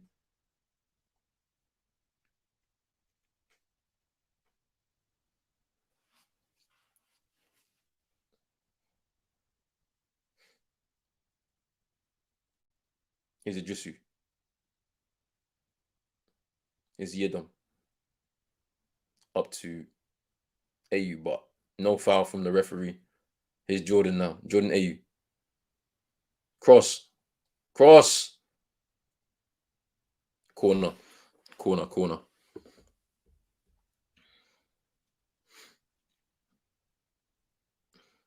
Manzi saying Palace are losing. John saying, please let's pray for Ghana to make it this year because I want to witness it once. Or then John, you've missed out on 2 big World Cups, 2006, 2010. Those are enjoyable times. Ghana can make it, but we have the playoff to negotiate in March. So let's hope we can do it. Let's hope he can do it. Hopefully he can. Hopefully he can do it. Hopefully we can do it as a country. But we have to wait until March. Reasons not to like Luis Suarez, the Patrice Evra incident, biting people, and for Man United fans, also he played for Liverpool, which is true. Rich is going to be celebrating a goal, and we won't know who for. Corner to Ghana now. Let's get another one. Cross. Keeper takes. Gabon on the attack, but it's 2v1. Make sure you. Idrisu, good tracking back there. Just to stop the danger.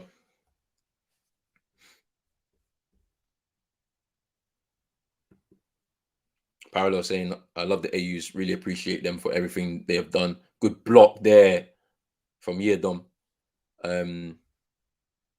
But we need an upgrade on them. Yes, they've been in the squad for like 10 years or so plus, and we need an upgrade. But the problem is that when there's not many coming through the setup, and then, you know, adding the fact that who their father is and whatnot, then there's certain players that are there that maybe are not being attracted by the GFA. We're going to be stuck with them for a little bit of time. So hopefully in the next year or two, we'll see them phased out of the team with some younger, fresh energy in the team. I mean, we've done a good job. This squad is 17 debutants in the tournament. So that's a sign to show you that the squad is beginning to evolve again. So let's hope we can just add some quality and then replace them too adequately. But we'll wait and see.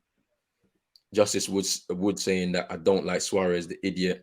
We don't like Suarez. Yeah, we don't like that guy. I don't like that guy at all.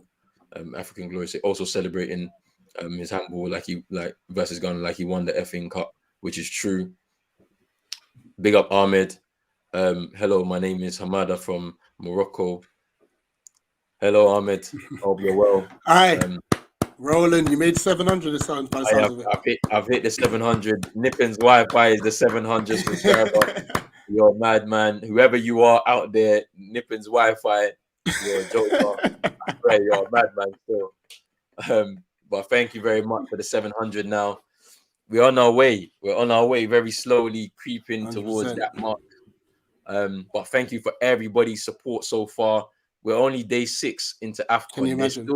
There's still more football to be played. There's still more football for all of us to enjoy together. So thank you very much for the support so much. And I appreciate it very much. Make sure you subscribe to Eli Football as well. Rich's channel is pinned to the top of the chat that I've put there. Make sure you subscribe to his channel as well. Let's get those numbers up. Make sure you like the video as well. There's 92 of you in here. Make sure you like this video as well. Yeah, 100%. We're just going to keep going. Here. Gabon have started the second half. Well, I have not really seen. I mean, Ghana haven't settled, to be honest. Just need to settle into a rhythm. Here's Lemina now, trying to turn away from. That's it. Here's Andre Ayew now. No foul. Gabon on the attack now. Daniel Chire just fouling. He's been booked now. Yeah. Also, tell Rich. It's not been the greatest of. Go on. Sorry. It's not been the greatest of second half. Sorry. Yeah. So far.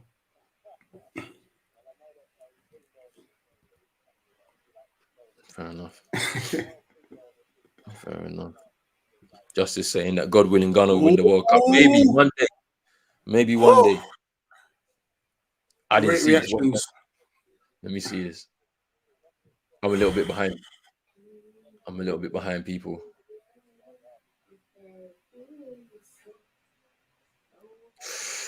Woo!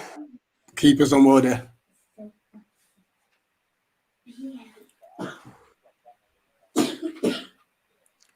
Yes, thank you for the 700 subs. Now we're trying to go up to 800. So people, that's the new target right now. Slow progression. That's what we're trying to do. This tournament has been so great for this engagement and for the growth. So thank you very much. Thank you very much, Parallel. Appreciate the support as well. Swag 100%. saying, throwing up the Moroccan flags. You won today, so I know you are happy. David saying that these refs are too whistle happy and Partey needs to get into the game. He needs to get his foot on the ball, but he's not getting an opportunity to. It is very scrappy, this game. The Gabonese players are really tackling a lot.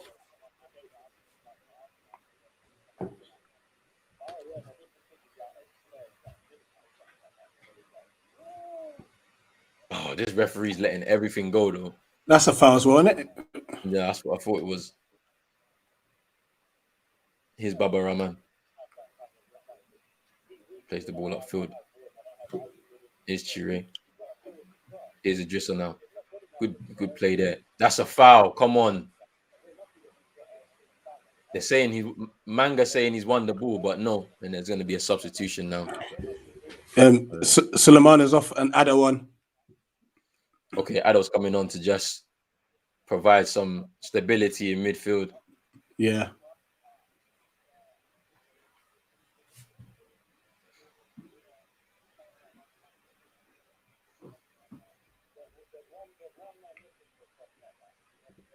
African Glory saying, to be fair, Andre is a great leader in my opinion, but the Pele aura is real. Yeah, we know. The thing about it is that one thing I'll say about Andre Ayew is that he always gives his best for Ghana. Like he always shows up.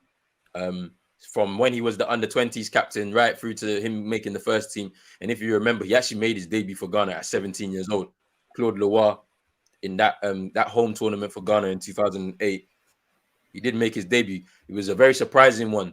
It was during the semi-final or something like that. That semi-final game that we lost to Cameroon. You know. I won the ropes, bro. Won the ropes. Let me see.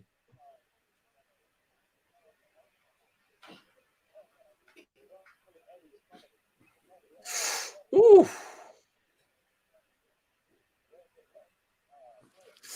Crazy. Do you remember when Abedi Pele's team had the 30 goal difference? Then they miraculously won 31-0. Let's have a look at this chance again.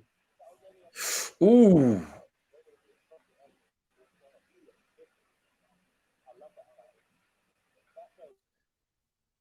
Baba Rahman with the final touch there over the bar. Santi saying that besides the emotion, imagine what winning the World Cup for the first time does for that country, which is true. Idrissu's down. He should be fine. He's up now. I did not know that Wallacott was this good. Seems decent keeper, to be fair. Yeah, they were close. And yeah, that 31-0 game, yeah.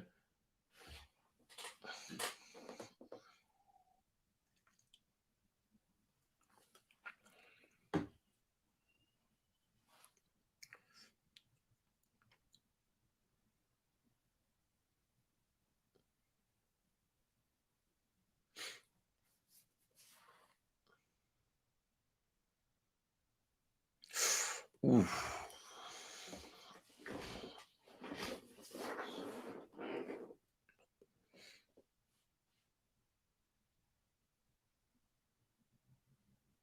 Kanga with the shot. It goes wide.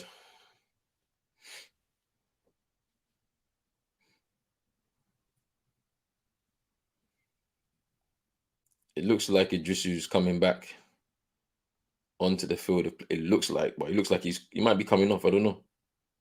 Okay, looks like he's coming off. Paintsil's gonna come on. I thought he was unlucky.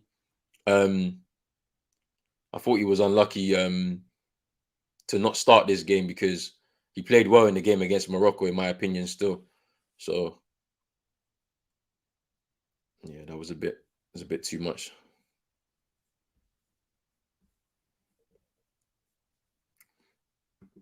Water. I drink a lot of water, to be fair. So it's just in a flask because I like drinking warm water with lemon and lime. So that's what every time you see me with that cup is that's what I'm drinking. So now you know. Now you got both streams on as well as both games. Don't tell Tariq I'm showing you this much love. Big up yourself, Creambo. Thank you for the support. We appreciate it. Jay-Z saying, Charlie, I'm eating Ghana. I'm eating Ghana. Better don't spoil my mood. Boy, Idris, you come off for paint seal. There's an opportunity. Yeah, you too, Chris. Big up yourself, Chris, as well. Thanks for the support.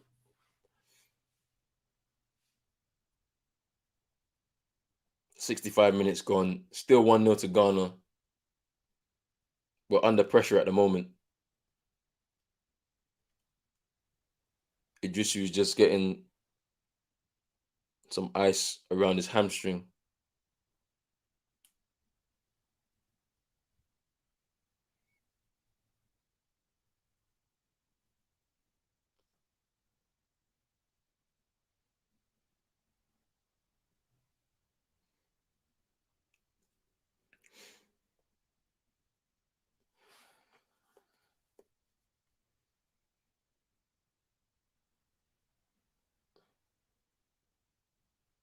Here's Jordan now. Driving. Ah.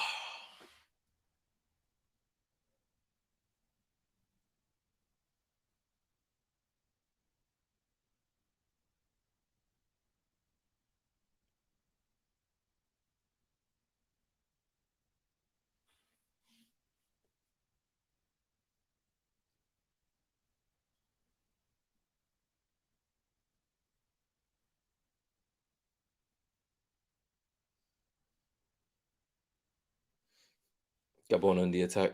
Aubameyang. Cross blocked by Yudom. Partey just giving the ball away but fouled.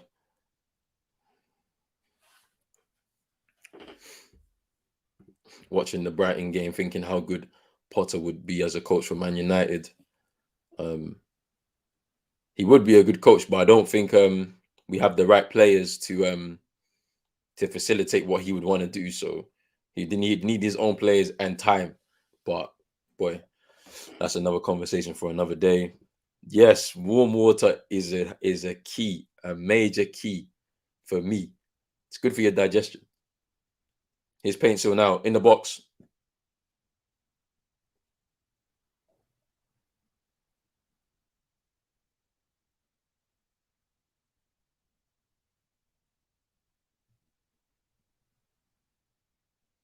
Here's Chire.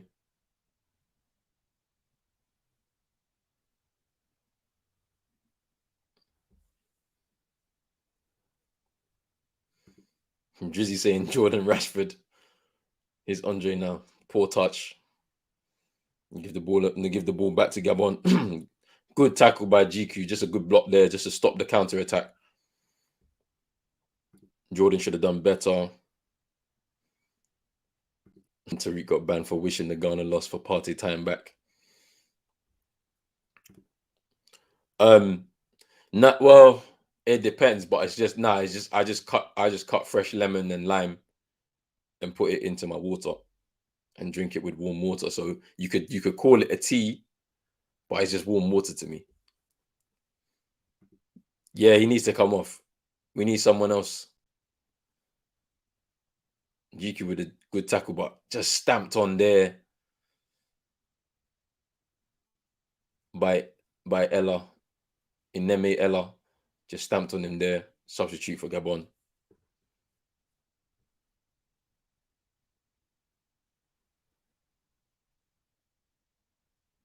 It's a free kick. Yeah, 20 minutes ago, and yeah.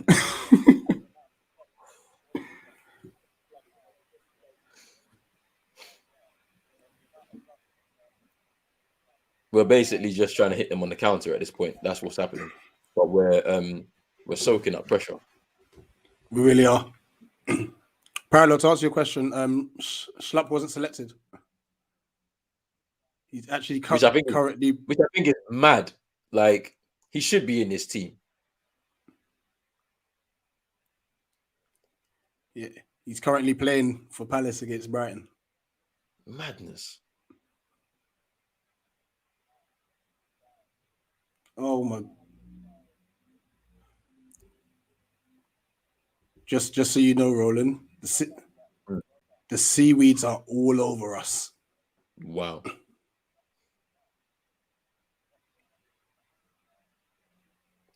This game is too scrappy, man. It's very scrappy. Yeah, just kicking.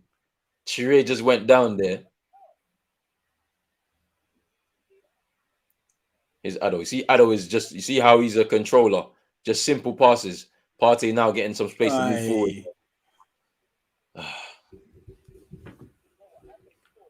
Oh, great work. Oh, Rare, stop blowing. What did he do?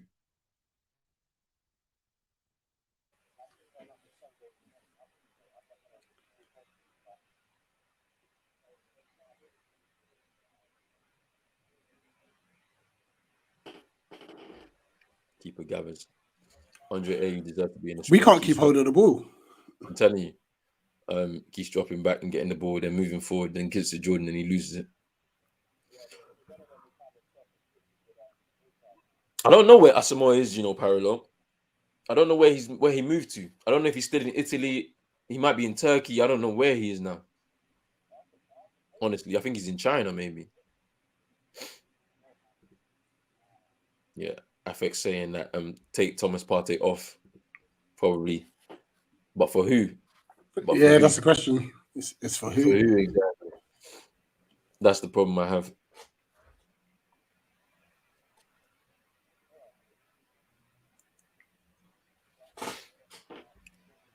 I think Mutari's retired from the national team. If I'm not, I don't know if he still plays football anymore. Probably retired. Yeah, I haven't seen him for a while. Because the last time I did see him, I know he got there was just some more like of racism claims in Italy, but that was years back. He plays for Cagliari, yeah. Yeah, even him though, he's too old. Though I think he's too old to be in the squad now. I understand that we may need experience for this young squad, but yeah.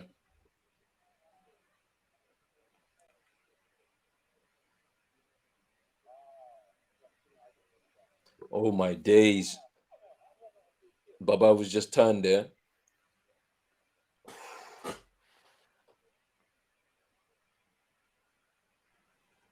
Corner for Gabon.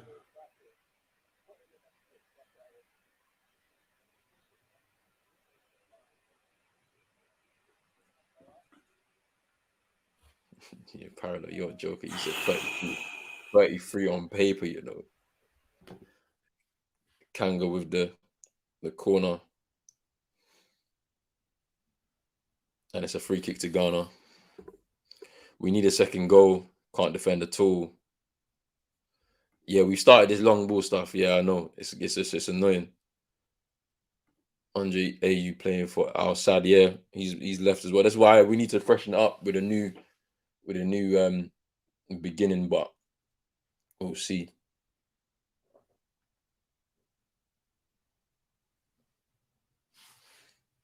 Yeah, I know. We know.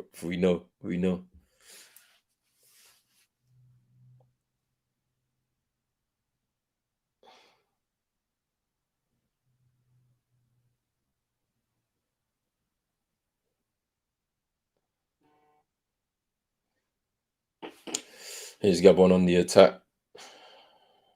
A long ball forward. Good tackle there, though. By Jiku. Here's Amate. He loves to do these turns, man. It's gonna get into trouble if he continues. Here's Partey now on the attack with the ball to Pencil. Can he cross? Cross. Don't shoot, just cross. Don't waste the chance, man. Here's Jordan Ayew. Cross.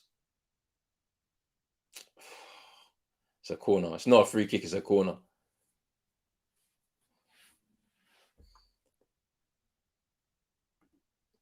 We need to take Jordan or Andre off.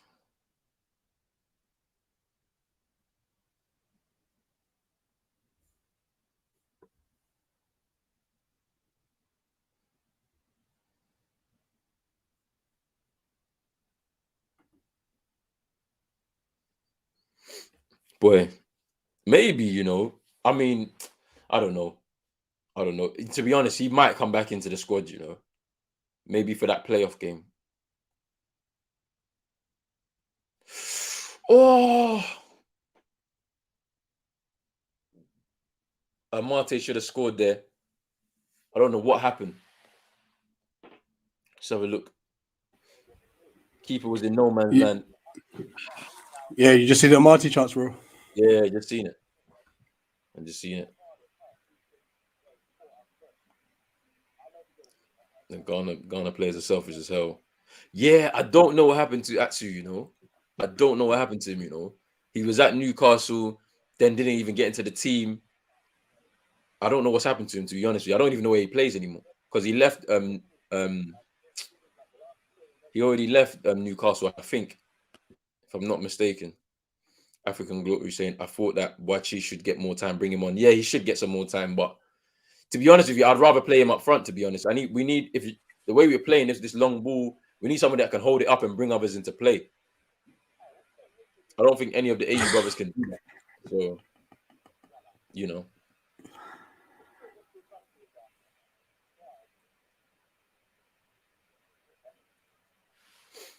Gosh, 14 to go, and it's nervy. It's just all cagey. It's nervy, man, because we keep giving the ball away. His Paintsville. I like Paintsville, but he needs to work on the end product, man. That chance there, he got past, man. What? Actually, he's playing for El Raid, a Saudi team. Boy, I swear. Finished. He's too finished. You know what's mad? Because his ceiling was high. Yeah, remember in that that Afcon final against Ivory Coast. The one against Ivory Coast, he was playing well in that game. Yeah. And we thought, yeah, this is it. What final was that? It was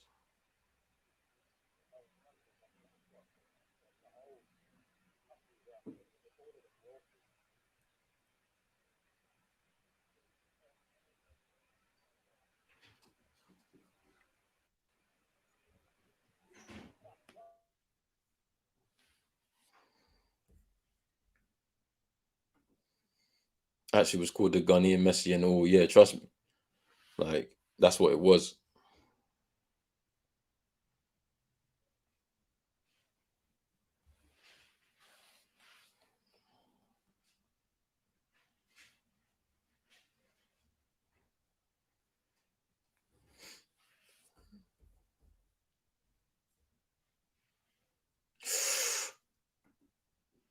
Oh, be careful. Don't give away a pen. His Paintsville now on the break. Is Andre A back to him.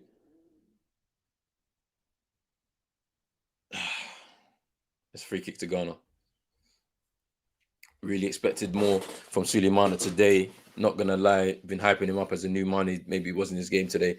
Yeah, next time. We don't need to put too much pressure on him. I think he's 20 years old. You know, they're trying to make him into the new golden boy for Ghana, but we need him to develop. He's at the right place to develop, though. To be fair, at Rennes, you've seen some talent go from there to bigger clubs in Europe, so he'll get a chance to develop more at Rennes. You've seen Ousmane Dembele leave there. Obviously, we know the injuries have hurt him. But he was really good there. Obviously, you got people like Doku, Kamavinga as well. So like Rennes have a really good way of developing young players over there. So he'll be fine. I think in a few more years he'll develop a bit more. Even Asamoah Jam was there at a certain point in his career as well. So they've got a history of developing young players. So we'll see. Yeah, too selfish. Too selfish.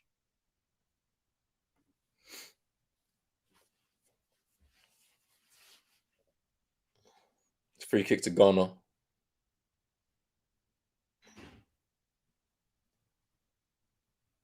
There's Jordan Ayew to take. Ooh. Just curled a bit too wide.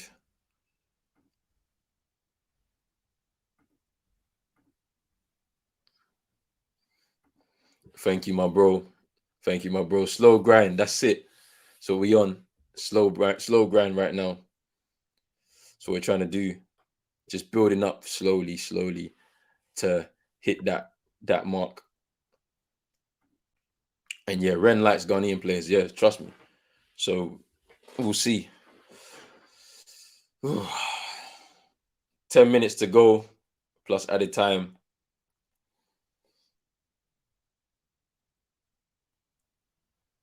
Still Ghana 1, Gabon 0. Ghana are literally just hanging back, soaking up the pressure and trying to hit on the break, but that's a dangerous game to play. Another foul again. Wait, what's the referee done?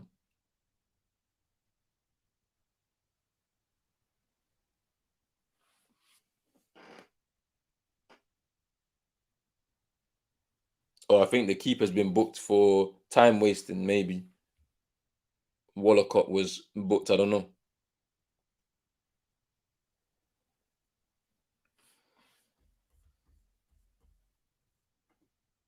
Hey, Parallel, you're a madman. Sorry, bro. If you saw me celebrating, Brighton just missed a penalty. Hey, that means they're all over you lot then. They have been, to be fair. Yeah, they play well. They No, play but football, it weren't even a pen. What? But It they was said like mad VAR. soft. They said it was VAR. Yeah, that it was. You know when obviously like a corner comes in and you got players tussling for position and that. Like I don't know who the player was, but he was already falling. That's a foul, isn't it? Hold on, they've just scored, but it's a foul. Wait, you're talking Palace, yeah? Yeah. Okay, But that's a foul, surely. Sorry. I was confused there. Yeah, Ghana have a free kick right now. Alexander Ziku to take.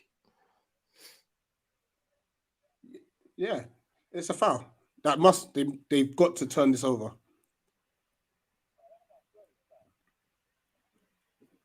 Here's Andre Ayew.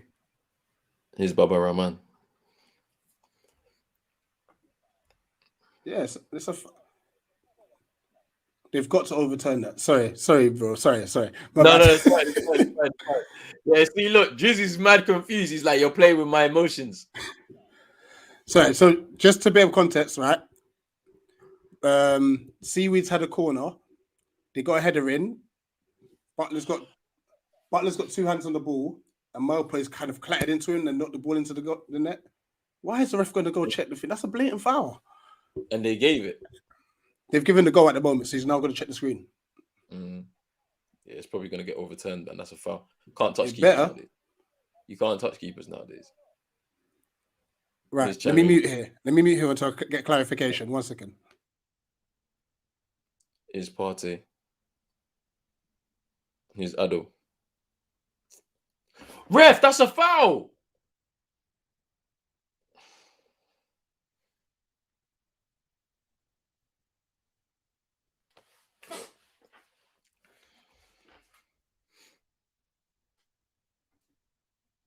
To be fair, I think Brazil 100% use ringers for their age.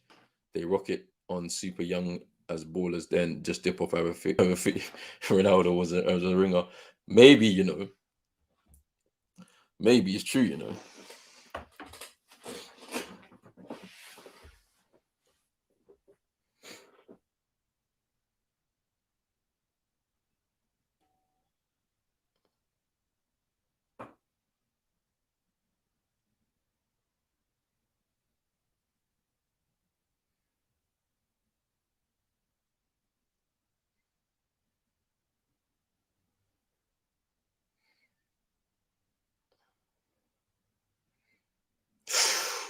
Oof. Gabon nearly scored there. Bruin Penza. His shot just going wide. Yeah, big Hitting up. his stomach. Sorry, Drizzy. Apologies. Sorry. Yeah, it got disallowed. It was a clear foul. The Gabon fans are very dejected right now.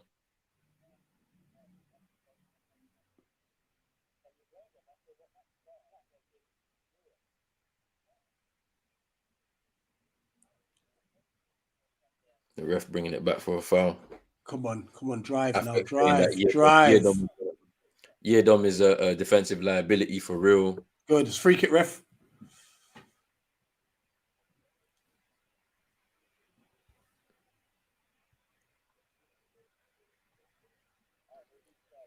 Come on, let's go. Here's Andre Ayew. Jordan now taking over, just driving with the ball. Foul, ref, it's a foul. Yep, he's giving a foul.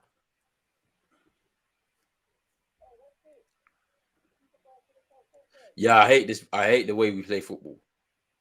We need I need a better coach here, man. Absolutely, yeah. We don't play good football at all. It's horrible. It's horrible.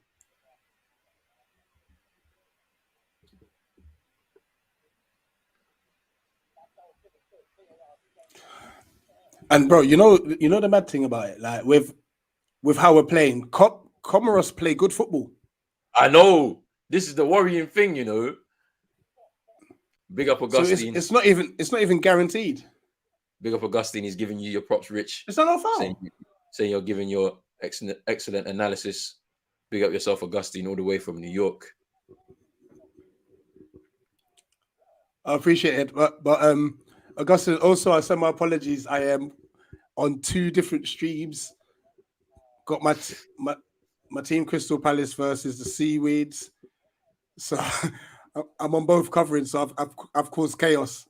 I have caused chaos. Wait. What is Manchester Mania talking about? Is he 1-1 Palace or here? Don't confuse us. It must be here because we haven't scored. Right, cool. 1-1. It is 1-1. Right, cool. Wait, which 1-1, man? What are you talking about? Gabon scored. No, they haven't scored, man. Don't take the... No, man.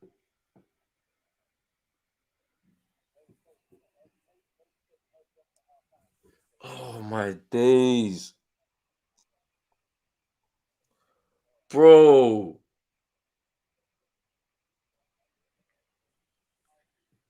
Yo, man. And this is the thing about it's been coming, though. This is the problem. It's been coming, though. We've literally sat back here for like 20 minutes, maybe more, and just invited the pressure.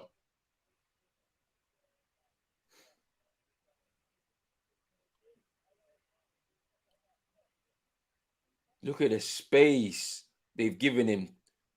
Has the ball out of his feet and he can just step over and shoot. Oh, my days, bro. We could be going out this tournament, you know. Yeah. We probably will. It's gonna be a miracle now. Oh my days.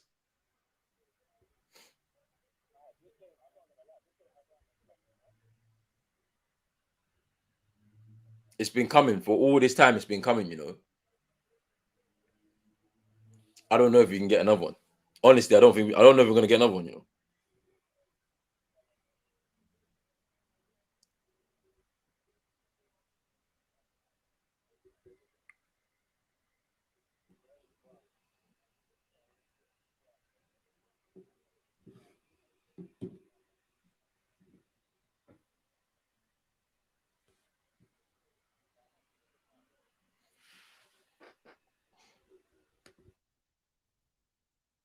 I'm gonna change the score, bro. See how like I gotta change this, you know. I don't even want to do this. I don't even know who scored for Gabon, bro. What's the man's name, fam?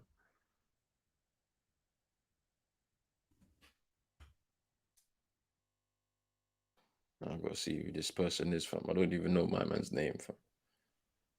It's a joke, though. And the mad thing is that we sacked a coach to bring back Milo, yeah? And look at what he's coming to do. Literally.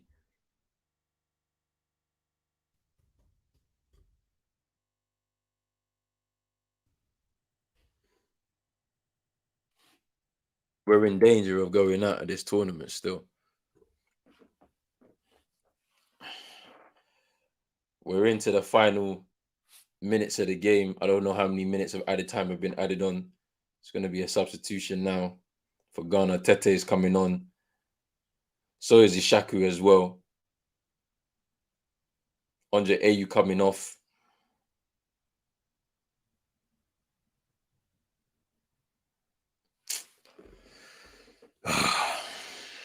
Big up, Jerry. Hope you're well. Go subscribe to United Team Talk as well, man. Them guys are still going through the United stress right now.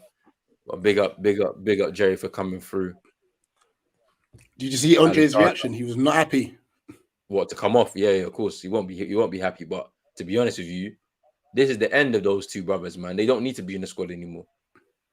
Even though he scored the goal today, I don't think that he's. Do you know what I mean? I honestly don't think that they're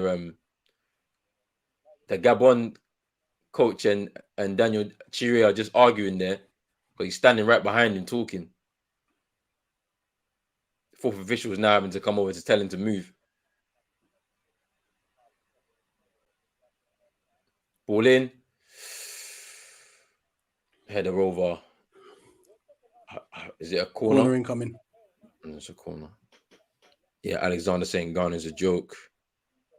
No. Still time. How many minutes added on? They ain't even showing it. I don't know.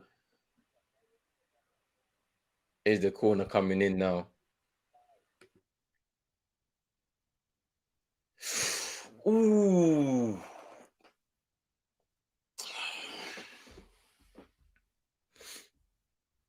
We are out. No way another goal will come. Yeah, we needed a second goal and it's not come. I hate Milo's game management. His in-game management is awful. The AU brothers just need to go. That sub was so meaty. Literally last possible chance to attack now.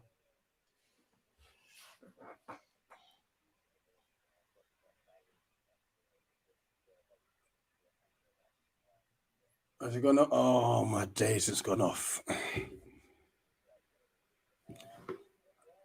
I think that's it. I think that's it, bro.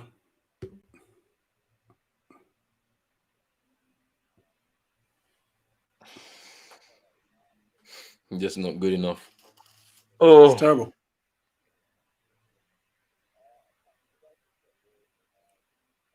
It's not good enough. We actually don't deserve anything. Based on that second half, we don't deserve anything. We don't. Yeah, we don't. Like, and the thing about it is that Milo, yeah, basically sent them out there to hold on to that 1-0 lead. Yeah. It's his fault. As I said, we need to change this coach too. We have players that can actually play.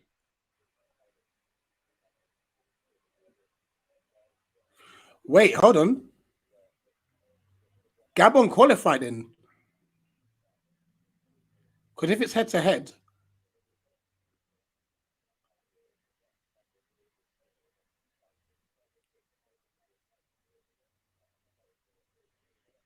Wait, are we out? No, it means we can only become one of the third-place teams. Oh, the third-place teams? Yeah. Gabon have qualified.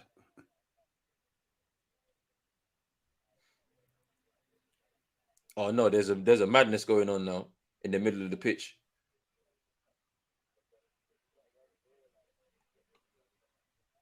There's a Gabon player on the floor.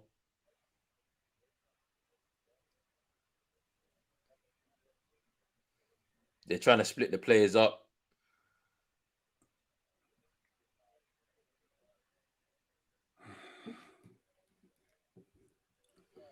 Oh, no, we're going out, you know.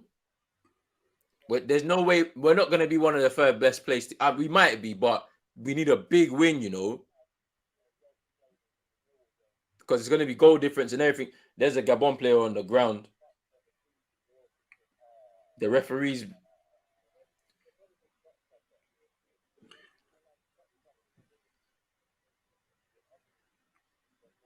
We actually don't deserve to go through.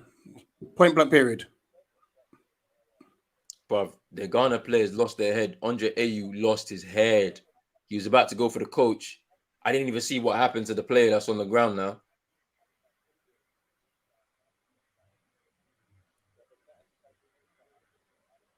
The guy's still on the ground, still booing Penza.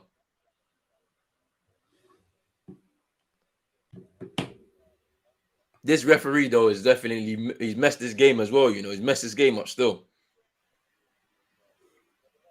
Wait, who's getting sent off? Referee's got the card out now. Who's getting sent off?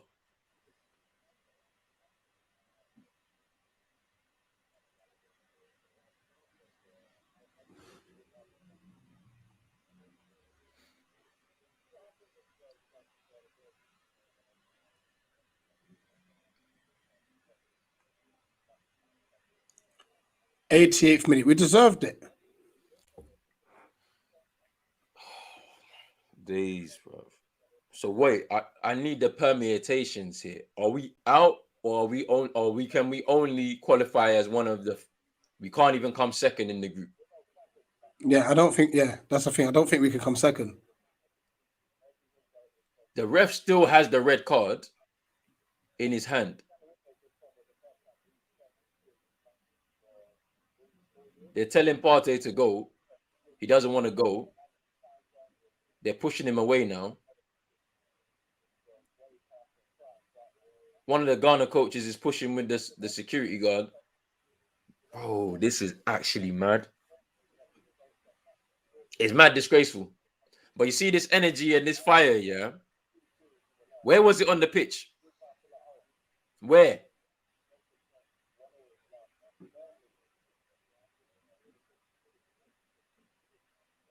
The ref's still holding this red card in his hand, bruv. Who is he trying to send off? I have no idea.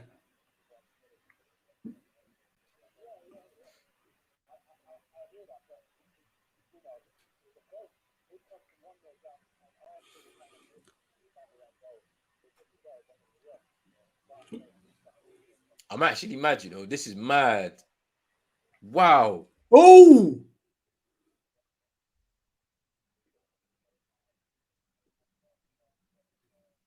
No, punches were thrown. That's what it was. Wait, they're showing a replay, yeah? Let me see this. Yeah, yeah. Oh! Oh! Oh! Yeah, Tete just lost his head.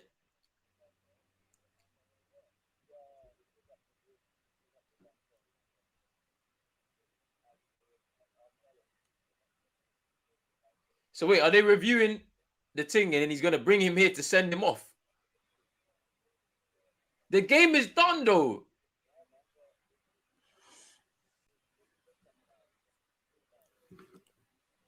This is actually mad, you know.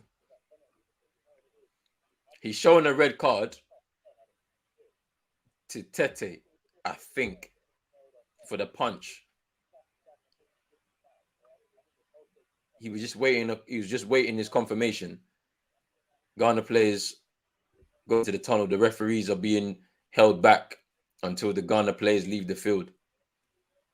They gave Andre Ayew the man of the match, but we drew the game, though.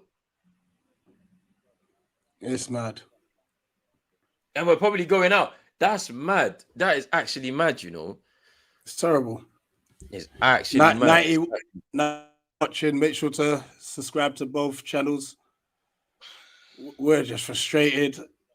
But we don't deserve anything for this.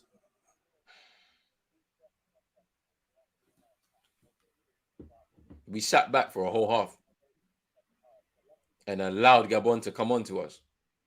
That first half was perfect, the way we played. On the front foot, trying to attack. Made it difficult for the Gabon players to do anything. And in second half, we sat back. Yeah, so it's over, man. Those AU brothers, they're finished. They don't have to come back. This should be it for them. Retire. Like, I don't want them to if we qualify for the World Cup, which I think is unlikely anyway, depending on who we play, I don't want them to come back. They have to go. They're holding us back. Affect saying Milo has a translator to speak to the players. Oh, he probably would. Justice saying it's so sad, bro. I like Andre in the dressing room. Just haven't seen some of his locker room game and generalship, but he can't be starting. We need to improve the first 11, which is true. Man was saying there was a fight. Yeah, there's a fight. Yellow card helping. No, I'm sure Morocco will win against Gabon for Ghana to qualify. Third place beat Comoros. No, they don't qualify. They have to get at least a draw against Morocco. Alexander saying, "Nah, this is just dumb. Ghana don't deserve anything. Brother, We don't. the selection alone doesn't make no sense. Gabon and Morocco, big up vibes. Picture what we doing up Yardom. Fam, let's look at the silver lining. It may be better this way." David saying we need Morocco to smash Gabon like 5-0, which will never happen, I don't think. But it's head to head though, isn't it? Third place. This people are saying third place. We can't be second. Yeah, I don't think we can finish second. Creambone saying I blame Tariq, man. He put a curse on Ghana to get Partey back, but you didn't hear it from me. Andre AU need to show that on the pitch. This isn't a good look. This is what I'm saying. Like, that fire and energy that they had at the end of the game for drawing the game. Why didn't you do that in the game? Because if you do that in the game, we win. 100%. Anyway, bro, I'm gonna head back to the second half of the other game. Yeah. I'm gonna drop the link in now for people to come through. Just give me 1 second. I just need to.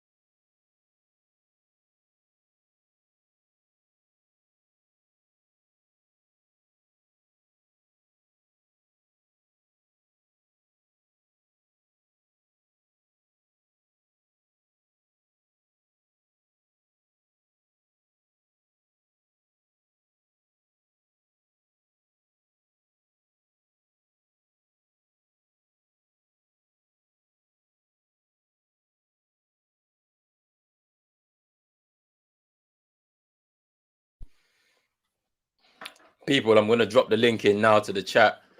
Come through, give your thoughts on the game, and then talk about the tournament itself so far, how much you've enjoyed and whatnot, and then we can chat. Do you know what I'm saying? Cool. So I've dropped it in there. Roland, once again, big up to you for all the hard work you're doing, man. You know, it's an honor sitting alongside you with this, man. Come on, man. You know, you already know how it goes, man. We're working, man. 100%, you know, tomorrow's 100%. another big day. Sunday's another big day. But I appreciate your support on this as well, bro. Like, obviously, it's been fun watching the game so far. Obviously, big ups to Tariq as well. You've jumped in on some streams with us too. So yeah, it should be really good to continue the tournament. Obviously, it's probably not going to happen without Ghana. Probably best this way if they don't even come through, you know, because that's crazy. But guys, I'm out. I've got to finish the second half of the Palace game now. So big up to you. So watch the watch along. Watch along with Rich and the team over at Eagle Eye Football. They got a separate watch along. So you can watch along with them right now as the game is about to, I think, second half now. Second half's about to kick off, yeah. So just go check that out. All right. Peace, Rich. But yeah, people, I've dropped the link in the chat. So if you want to come and chop it up with me real quick about the game that we just watched, the earlier games today, Malawi beating Zimbabwe 2-1, and then Senegal versus Guinea 0-0. And then also some of the results from the last few days, obviously, Cameroon yesterday getting that 4-1 win against Ethiopia, effectively knocking out Ethiopia, and Cameroon qualifying for the last 16. So let me know, man.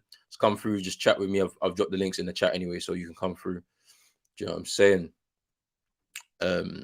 Andre started that stuff after the Gabon coach tried to put some of our players.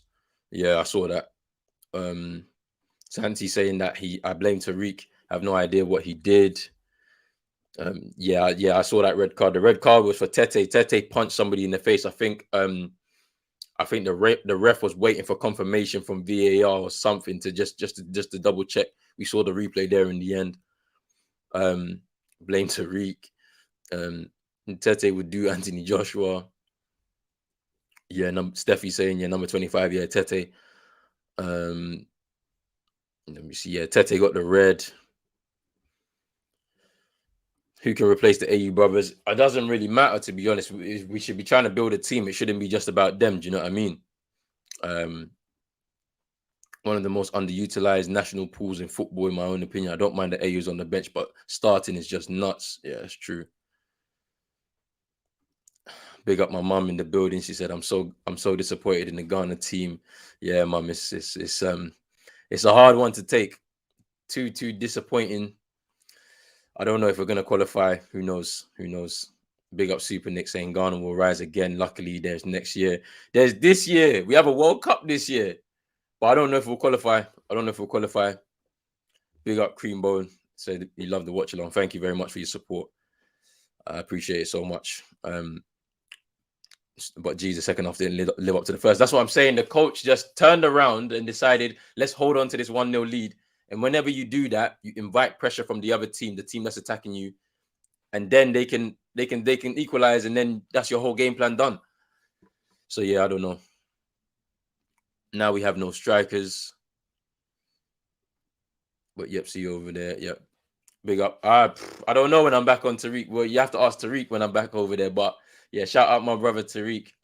He was supposed to come through for one of the games today, but he had a thing to do for work and whatnot. So he'll be back next week. We got a lot of games, so we'll see what happens. But people, I've dropped the link in the chat, and I'll drop it again for you. So if you do want to just call in and talk about this game, you can let me know. We can chat. Just click the link there. If you want to chat about this game and what happened, just let me know. We'll discuss this game in a bit of detail. Plus, we could talk about the rest of the tournament, how it's gone so far, top scorers, who's been the surprise team so far for you, who do you think is going to qualify for the next rounds, who's the danger team, who do you think is going to win? Has your prediction changed since you've watched all these teams play so far? Just hit the link and let me know. Get it done. 247 saying the Ghana team is always relaxed with one goal ahead. Ot saying that Ghana must qualify, and yeah, saying it's been like this for years. It has been like this for years since we've lost some of our quality players over the years. The likes of Asamoah Gyan, Michael Essien, Stephen Appiah. Who else can we say? Suleiman Tari. Like, since we've lost some of these key players, we've not really replaced them with any real talent in the squad that's been able to step up. And yeah, we've lost a lot of quality, and now this is the way the team is looking. They keep talking about these young players being, the next talented generation, but they're not living up to the expectations. So, we have to wait and see. Yeah, Manny's saying sack that useless coach. Now who's this useless coach? O'Connor Howe now. I'm telling you, I don't know how O'Connor was sacked before, and then we replaced him with this coach who's been here before. At the end of the day, I'd rather have a Ghanaian in charge, in my opinion, because at least they understand what Ghana are going to play like. We'll play attacking football at least.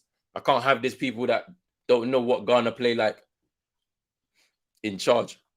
So, I think that the players that were there under Kwesi Appiah, he was a good coach. He took Ghana to their first World Cup. You should always respect that. If a Ghanaian can take, he's the first Ghanaian coach to take them to a World Cup. Like, it's crazy. Watching from Brazil, Ghana is my team. Big up yourself, Otis. Thank you very much for joining. Make sure you subscribe to both channels. like the video as well. Thank you very much. I appreciate it so much. I appreciate it. Brazil, wow, we're going global. We're going global. Parallel saying there are players in the pool that has a lot of potential, but the GFA have to make a play for making Ghana attractive again. That's the whole point. I mean, first and foremost, the GFA needs to stop trying to get money out of agents and entourages so that people can play for the country. If that stumbling block is taken away and we stop the corruption, Ghana will be a good side again, because there's a great pool of players to be able to choose from. At the same time, our scouting needs to be better, because I don't think our scouting is good enough. Like, we need to be better with the scouting, so we have to wait and see there. Get it done saying, I support the attacking football. Drizzy saying, I'm renouncing my Ghanaian citizenship. Now I'm American. Bro, keep the Ghanaian citizenship. Don't be an American. I'm telling you. You don't want that. You don't want that at all. But people, yeah, I've left the link in the chat. There's 58 of you watching. I'm sure somebody wants to come and discuss this game in more detail, and also talk about the rest of the tournament so far, how it's gone for you, what you've been impressed with, what players you've been impressed with, what team you've been impressed with. Has your prediction for the start of the tournament changed? Let me know. Let me know, people. I'm just gonna check out. Is there any other news as to what happened? I can't believe Ghana let that slip today. You have the lead and you have an opportunity to win this game, and then you go and play like that in the second half. It's a joke. And to be honest with you, I feel like Milo is going to have to go at the end of this tournament. But who knows? Who knows what's going to happen? Who knows what this GFA is about?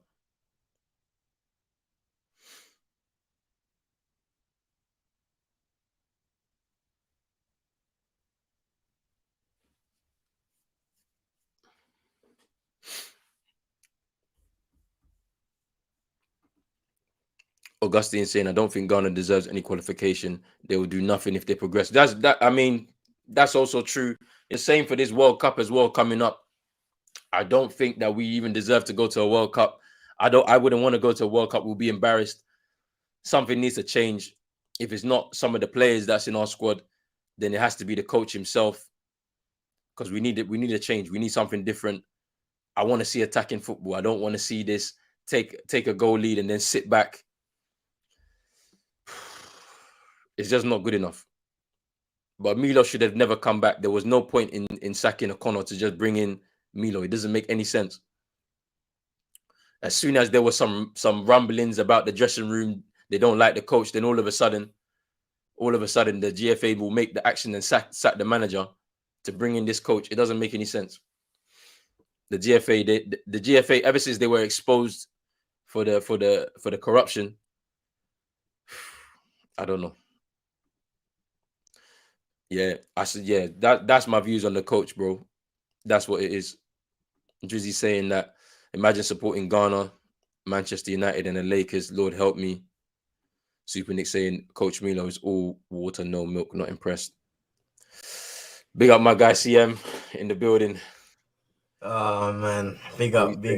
Commiserations, man. Nah, obviously I was at work, but when I was on my break, I was having a look at the game, and I saw positive signs even after the goal. But I just thought, even when I came home, saw the end of the game, I was disappointed with the way that Ghana didn't capitalize on the goal, especially. And I thought, we've seen in a few games that we watched together in this competition, when a team sits back, like especially early on, they're just gonna continue to go deeper and deeper and deeper until the other team gets a clear-cut chance, and then it's up to them to finish. And unfortunately, well, good for Gabon, but unfortunately for Ghana, they finished their chance. So, that's definitely on the coaches. I think the energy from the players as well. But the thing I was disappointed to see was, especially at the end, I think, listen, emotions can flare on the football pitch. But I feel like if you're the Ghana players, go in the dressing room and be angry at yourselves. Because, in the end of the day, that is a result that you guys knew you had to get. And same with the coaching stuff, keep that same energy with the coaching stuff. because in the end of the day, this is a result that, going into the game, you guys knew you had to get. And, for large parts of the match, it wasn't good enough. And there has to be someone taking ownership for that, including the players, including the coaches. So, be angry at each other. Don't be angry at the other team in the end of the day. 100%, man. But yeah, I mean, look, I echo everything that you said. I mean, that first half, we came out, we were open, we were attacking, we were trying to move the ball forward quickly. We get that goal from Andre Ayew, captain on his day, gets the goal. I mean, look, I can't fault him for what he's done for Ghana over the last 10 years plus. He's always put his heart on the line for the country. But at the end of the day, I feel like him and Jordan Ayew, they don't need to be in the side anymore. I feel like that time has passed now, and we need to step into a new generation.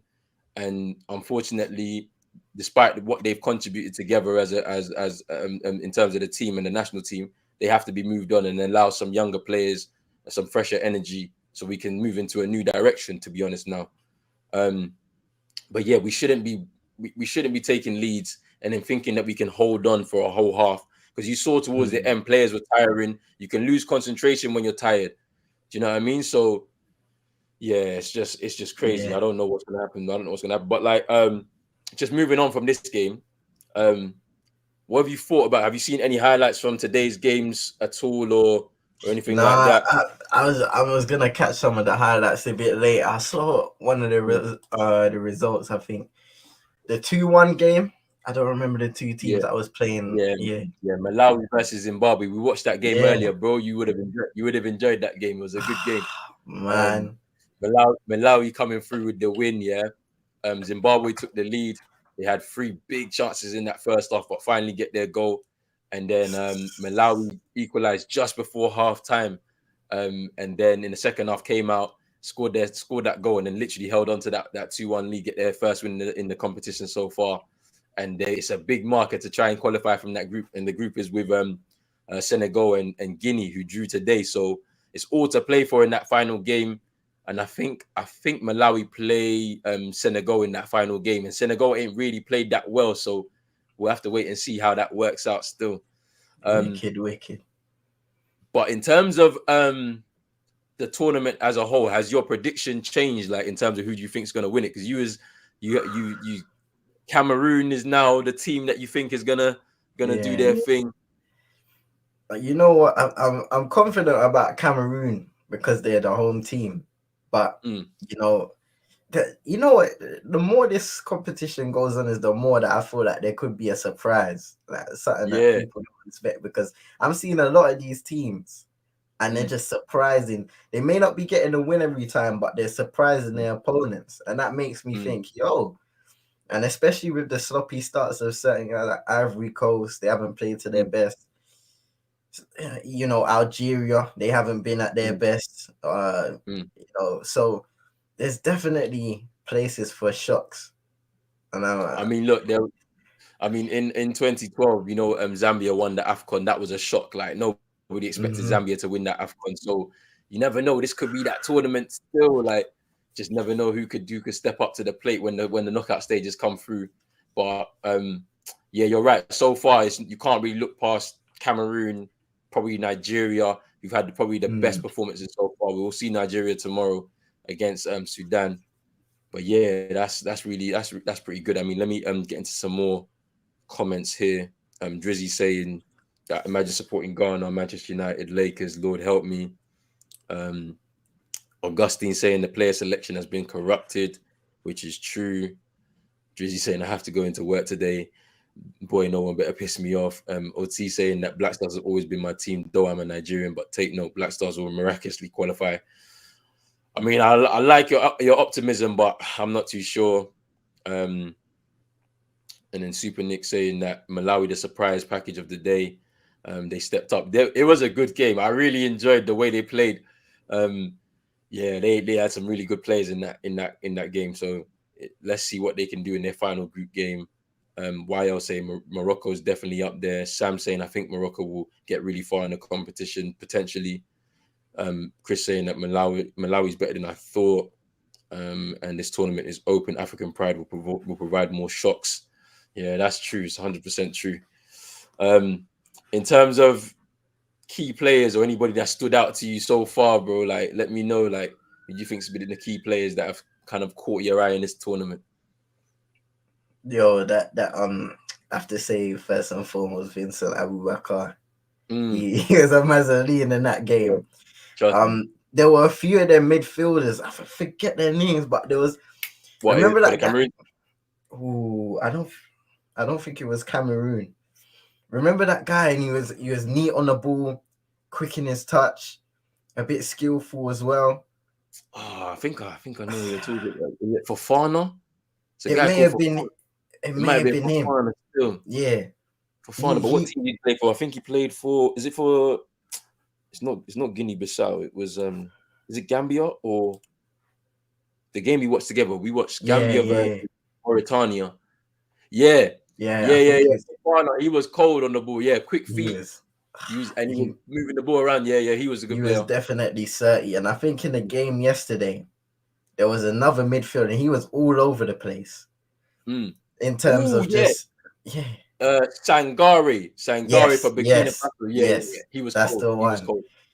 I think out of the three performances, he impressed me a lot, because I'm looking at a guy, high motor. He was everywhere, he's driving the ball forward, he was breaking up play, passing the ball, he was keeping it simple. And I was impressed with that. You want that in a midfielder, someone who's composed as well. Yeah, 100%. That's a shout though. Sangare for Burkina Faso. They have a potential to try and qualify from that group as well. Who knows what's going to happen in that group, in Group A? Final group games on Monday, so we have to wait to see how they're going to come through that. I know Cameroon are already through, but that second place and potentially third place there, who knows what's going to happen. But yeah, 71 people in here right now. Make sure you like this video, subscribe to both channels. Subscribe to CM as well, CM22ENT right down there. He's been on the channel already. Watch some games. He's going to be doing some more next week, I'm sure about that. Are you doing what's it called? The Guinea-Bissau Egypt game tomorrow? Yeah, tomorrow. Yeah, you're doing that. You coming through? Yeah, man, for sure. Right, cool. We're gonna do that. I think that what time is that? At 7? Is that 7 o'clock? Yeah. Oh yeah, 100%. We doing that for sure. Yeah, that should be a good game. Obviously, Mo Salah has to step it up for the country now. No excuses. Like, we'll see what happens there. Can't be walking around soaking, innit? Hey, trust me, none of this. Hey, soaking. I wish I'm in Liverpool nonsense. No, you gotta go out there, put a performance in, boy, because your whole country's on your back. Big up Alan saying that Ghana effed up. Get it done. Say it will take a miracle for Ghana to win. Big up Ed as well. I hope you're good. He says Morocco is not with all its good players. They miss Ziyech from Chelsea and Mazraoui from Ajax and others, but they're not the favorite for Afcon. Are you a Moroccan fan, Ed? Let us know, because you seem to have a lot of knowledge about the Moroccan team and who they're missing in terms of players. I don't think your team may be the best team in the tournament, but they've shown already that they don't have to put in a good performance and win 2 games. That's good. That's good for tournament football, because you can get through. Do you know what I mean? Super Nick saying Klopp has told him to come back ASAP, Egypt out. Boy, I don't know what's happening there. I don't know what's happening. I'm looking forward to. So go. You see with the Ghana situation, because I think Gabon are on 3 points now, innit? Are they on how many points? 4 points. Oh man. They won their first game. The opening game against Cameroon. I'm bugging. So they're on 4 points. This is why it's like it's sticky. So they're saying that we can still qualify from the group, but it's gonna be a miracle, like to qualify like as a runner-up, like, because if it's head-to-head, I don't know how it's gonna work. I need to find out the permutations first, but we'll see what happens. Man. Drizzy saying that this is the big team coming home will be Ghana. But to be fair, I told you we're underdogs first in the tournament, and 2, we're probably the biggest underachievers in the African Cup of Nations. We have to be, because we've been to finals, semi-finals over the last 10 editions possibly, and like we're just not good enough. Do you know what I mean?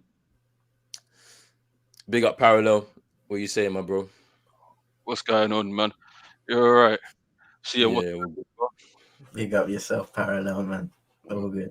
I'm nice and calm. Don't worry, man. I had to take a few minutes and just relax and, you know me, calm down, get yeah. my screaming out, leave that all away. Spoke to my uncle and that, and you know, my uncle is just saying, "This fucking guy, this fucking all of that business there with the whole Ghana squad and whatnot." But yeah, man, it's a tragedy to see like such a strong nation, such a strong footballing nation. I spent like 3 years there in boarding school during that period where we were quite dominant. That 2006 area, not dominant, but we were doing quite well. And to see where it's kind of landed, it's just really sad to see how underutilized the national pool is, how utilized the squad that they're actually selecting is. Um, I almost have a bit of empathy for some of the players as well, because like I hear what you're saying about Ayew and I do agree with you, but then you have to ask yourself, like, if Ayew weren't on that pitch today, how do you think that match would have gone? We wouldn't have scored that one. I know that. I mean, yeah, it's one of those things. The reason why I say I want them out is because there's still a bit of that politics going on there. The reason Right. why Jordan Ayew is playing for the national team is because of his father and his influence on the team in some sort of capacity. So having them both out of the team, of course, we remove some quality, especially from Andre. How do we replace it? I understand the conundrum, but it really is sad. It's a sad state of affairs. As a Ghanaian man, like my heart, I was just like, you know what, I saw it coming, but then secretly, and this is gonna sound like quite negative, I was saying, and you saw me in the chat, I was saying, bro, if we go and face a proper team like this, it's gonna be a cricket score. Can you imagine? Like, you know what I mean? Like, I can't see us like in the form like what Nigeria displaying now. If we play Nigeria like this, I'm not going on KG channel. I'm not gonna go put myself through all of that. Like, you know what I mean? So it's one of them things where it's just like, I don't know, man. I really don't know. And the teams like Gabon as well. Like, you know what I mean? Respect to Gabon, but the fact the only player I recognized from there was Kanga. That's it. You know what I mean? I don't know too much about them. Their two best players weren't even there today, and they still outplayed us in the second half. Lemina and Aubameyang both out. So yes, Lemina. So I don't know. I mean, all right. So what's the direction? How do we move forward? How do we It's from top to bottom. First and foremost, as you know, in Ghana, like we have a big issue with corruption, isn't it? So I think we have to start to address this corruption, because when I'm asking you what's happened with Salisu and you're telling me there's some sort of fallout there, I'm saying what's going on with Lamptey, or you know, him and Cho are saying that they're basically trying to finesse them for some. So we have to sort that aspect out, and I think that needs honesty from the players to start standing up and speaking. It does actually come from the players. They have to start standing up and speaking, not just the players who want to play, but the players who are already in the squad and saying, hey, you know, we might have been doing some things in order to be able to get into this squad, but it's actually hurting our nation. We're not participating in that anymore. So it starts from the players, and if they can have a united front, then perhaps maybe it gets the people upstairs to start to behave themselves a bit. But am I going to hold my breath? Corruption in Ghana, boy, you know what I'm saying? It's it's not easy. It's not easy at all. So yeah, I mean, like I was saying to you, I remember that 31-0 and the 28-0 game, and you know the investigation that Bede went through and whatnot. It's all wild in Ghana. You know what I mean? So when you're saying stuff like, you know, that you brothers are present because of their father, we all know the power that Abedi Pele has in Ghana and football and sports in general. So I don't have the answers. All I do know is when I look at that national pool and then I'm seeing names that, you know, like Inaki Williams still hasn't played for Spain. You're looking at Brobbey, who's just like, when I look at Brobbey, I'm like, that's a phenomenal player. When you look at how Nigeria and Jamaica are just tapping up this pool and just making sure they're getting so many of these players into their squad, I'm just looking at Ghana and I'm seeing no initiative. And I don't know what the answer is. What do you think? Do you think that maybe like dropping out of this tournament and not qualifying for the World Cup this year will begin that process where we actually have to look at it properly? Because, like, you know, the thing about this Ghana, like the whole system, our youngsters won the under 20 African Championship last year, I believe, And so like that kind of confuses things, because you're saying, oh, how did this pool of youngsters win the African Championship amongst the number of talented youngsters across the whole continent? National team is performing very poorly, and none of those players even progressed into the first team, I don't believe, except for I think Ishaku, who the 17-year-old, he plays for Dreams FC in Ghana, the Tamale-based team. How did he's the only one that's developed and then come through that team? And I don't think it's because he was the best player, just because they thought, oh, we can take this youngster and turn him into another golden boy like we've done with previous players before. Like maybe us not qualifying for a World Cup and dropping out of this competition starts the process of looking at everything from top to bottom and trying to restart again. I know what you're getting at, actually, because one thing I've noticed about Ghanaians in general is that we don't like embarrassment. Like embarrassment normally shakes up things. I almost feel like the real, like, because there's also this other thing with Ghana as well, where it's like out of sight, out of mind. So if we're not going to the tournaments and not being embarrassed, Ghanaians aren't bothered. But if we're going to the tournaments and being embarrassed, that's when I think change can happen. So idealistically, if like we're qualifying for like what's happening now, right? This should evoke some form of change. Where like we qualified, but we went there and we disgraced ourselves. Let's change something. I feel like if we're not qualifying, people just forget. You know what I mean? It will just be something they don't really think about. Speaking about Dreams FC, there was a player who went to Leicester. He was a young boy as well. I think he was in that under 17 tournament you're talking about as well. Do you know who I'm talking about? I'm not too sure. Oh, never mind then. I'll have to do my Googles later. But yeah, I was wondering where he was in the team. I didn't see any names that made me go, oh, you know what? Apart from obviously Sulemana, I'm a big fan of Sulemana, and you know, I really do think he's one for the future. But today weren't really his day. But yeah, man, it's to be honest with you, I know you're holding out for a third place finish and somehow we progress. But to be honest with you, let's just go home. It might have to be that, because let's just go home. But the thing about it is that you say Ghanaians don't like embarrassment. We embarrassed ourselves in Brazil, the 2014 World Cup, when they flew the money to Brazil in that plane, and then they had a convoy to take all this cash to the players. And even then, the embarrassment there, nothing changed. The same thing is happening basically. So I don't know. Corruption in Ghana, there is no way. Like, I haven't seen an area in Ghana, and you know, Ghana has improved and it's one of the most stable countries. I think I love Ghana. Like, you know what I mean? I spend a lot of time out there as well, and I do go back and forth. But I can't put my finger on something off the top of my head right now and say, you know what, that used to be a really corrupt system and now it's smooth sailing. I can't put one outside of football, if that makes sense. So I'm not going to hold my breath when it comes into football, but something does have to change. And if it's going to change, I think it's got to be from the bottom up. We can't look at the organization and expect them to implement things. It has to come from the players. The players who have been paying those things to come into the squad need to start saying, we're not participating in that anymore. Why? It's actually hurting the nation. They have to start thinking above themselves. But wishful thinking. Parallel. All right. Thank you, guys. Yeah, man. Listen, it was great. Lick your wounds. I'll let you guys crack back on. CM, big up yourself. Appreciate you, Parallel. Big up, man. Take care. Right, man. Peace, man. Okay, let me get into some more comments. Ed started saying that for me, the real favorite is Nigeria and Cameroon. Ghana can also be on top. You're wishful thinking with the Ghana talk, but you know, Nigeria and Cameroon are good shouts for it and all of that. Super Nick saying that as a neutral, I could sense that there was not a lot of confidence in Ghana. What needs to change? Probably the coach, the way we do things in terms of attracting players. When you look at the Nigerians, the Jamaicans, they've patterned this thing up nicely. So now players who were born overseas are saying, you know what, I'm going to play for my home nation, because they feel one, a sense of pride to go and represent their nation, but two, the system that they're walking into is a good system. You know what I'm saying? There's no corruption, nothing holding them back, and they should be fine.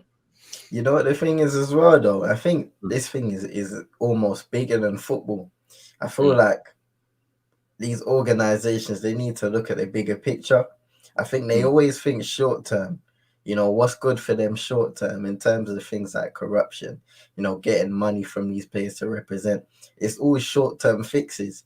But if you actually thought about the long term and how, you know, taking time, developing that next generation, and you know, providing and creating a system and creating a brand and a product that would entice people to say, you know what, I want to play for Ghana. I want to play for these countries that once upon a time I didn't want to play for because I just wasn't confident within the way they operated. It's about thinking long term. I think this thing it's much bigger than football. It's a massive fix because it's a mindset thing, and the hardest thing to change is a person's mindset, especially when they're stuck in their ways. And I think we've seen that with a lot of, even Jamaica, they're starting to pattern now, but they're not all the way there in terms of, you know, developing that young talent. You know, there's so many good young players in schoolboy football, these places. And people say, you know what, schoolboy football is all rubbish. But it's about how you utilize that talent, how you develop it, how you nurture that talent, teach them how to succeed, show them the way. And, you know, in the end of the day, not enough of these countries, not enough of these governing bodies are doing that. And then in the end of the day, they complain when there's underachievements, but it's down to them. It's down to the investments of the governments. It's down to the true care and attention that they put into everything, basically. Yeah, 100%, man. That makes a whole lot of sense for me, man. It's about the project at the end of the day, as you said. Like, you have to have a solid project that people can buy into, because like if you don't have anything to present, because I don't know what the Ghanaian FA are saying to these players. I don't think there's a project here. Do you know what I mean? Like, you're walking into chaos, basically. Do you know what I mean? So I don't know. Drizzy just giving us the permutations. GH will qualify second if Morocco beat Gabon by at least 1 goal, and GH beats Comoros by at least 2 goals. And then we'll qualify third if we beat Comoros and hope at least 2 of the third place teams don't get 4 points. There's a chance yellow cards can determine whether GH finishes second or third. That's interesting. That is interesting. I don't know how to pronounce this in Arabic, but he's definitely Algerian, throwing up Algerian flags. Big up yourself. Thank you for coming through, whoever you are. And then G saying, I think the Ghana president is going to sit down with the sports minister to talk about this nonsense performance we've been putting in. I'm not, look, the Ghanaian president, is definitely not going to do anything because he don't like football. That's the thing. He don't even like football. So because he don't like football, I don't expect nothing to change. I don't know what they're going to be sitting down. Super Nick saying that, trust me, the JFF has corruption and favoritism at play, but they're slowly starting to turn things around, which is true. It's true. And David saying that the Gabon coach is ripping up Ghana in the press conference. Yeah, I'm not surprised. Like, everybody lost their head at the end of the game, and they wanted to fight people. We lost the game. You know, I mean, we didn't even lose. That's the thing. We drew the game. Like, the way I'm talking about, like, we lost. It feels like a loss to me, but yeah. I think it's when it's almost the stakes are high in it, and at times you can react. And I think they reach boiling point, and that's not like saying they should have done it, but they reached boiling point because they knew what they had to do, but they still didn't execute it properly. And maybe that's frustration with the coaches. Maybe that's frustration with each other. Maybe that's frustration with the governing body itself. We won't know. Yeah, but like, to go and punch somebody, and he was a substitute. Tete was a substitute, bro. He came on for the last 10 minutes or something like that. To come on and be that incensed, you're gonna have him to punch somebody in the face now. It just doesn't look right. It don't sit right with me. To be honest with you, we've never been a nation like that. We're a team where we would take our losses fair and square. Like, you know what I mean? It's just, and it's another thing that looks bad on the competition as well. And unfortunately, yeah, it's crazy. But guys, I'm gonna throw the link up again. If you want to call in, just come in, call in. Just the link are in the chat right now. If you want to call in and talk about the game, how you felt, talk about the tournament itself, who's been a surprise package for you, any key players that have stood out to you. Has your prediction at the start of the tournament changed in terms of the team that is going to win the tournament? just let us know. Just come through and let's chop it up for a bit. I'm gonna be here till about 10 o'clock, so about another 20 minutes. Then I'm gonna go get myself something to eat, rest up. Tomorrow's 2 big games. You already know how it goes. Yeah, CM's coming man. back for the evening game. Egypt versus who are they playing again? I forget. They played against Guinea-Bissau, which should be a good game. Yeah, it should be a good game still. David saying that AU said they lost their heads because they should have been given the ball back to. It should have given the ball back to Ghana because Ghana kicked the ball out and they did not, and they went to score. Interesting. And then the referee in the Ghana game, Gabon wants to issue a red card to a Ghana player at full time. He wants to find the player to give the red card to call on Partey to go to the dressing room and bring the player onto the pitch. Wow. So that was what all that commotion was at the back there. Referee didn't know who to. Yeah, that's crazy. Yeah, we saw all of that stuff going on. But yes, there's 67 of you in here watching right now. Big up all your support. Make sure you like the video, subscribe to both channels, subscribe to CM22 ENT as well. Yeah, let's keep this going. Let's keep the growth going. Yes, it's Anna saying the Gabon coach was verbally abusive to our players. Yeah, I mean, I saw that towards the end. That Daniel Chire was having a free kick towards the end, and the Gabon coach was standing right behind him and shouting at him, and he was telling him, "Can you stop?" Like type of thing. The fourth official had to come over and tell the Gabon coach to move back and away from the player as they were trying to take the free kick. We saw all of this stuff. I mean, I understand, yes, people can be abusive and then you may lose your head and react to it. But at the same time, we've drawn a game. You're representing the nation. You're on television. The world can see this. You have to act accordingly, and understand that you have a duty to be a certain type of way.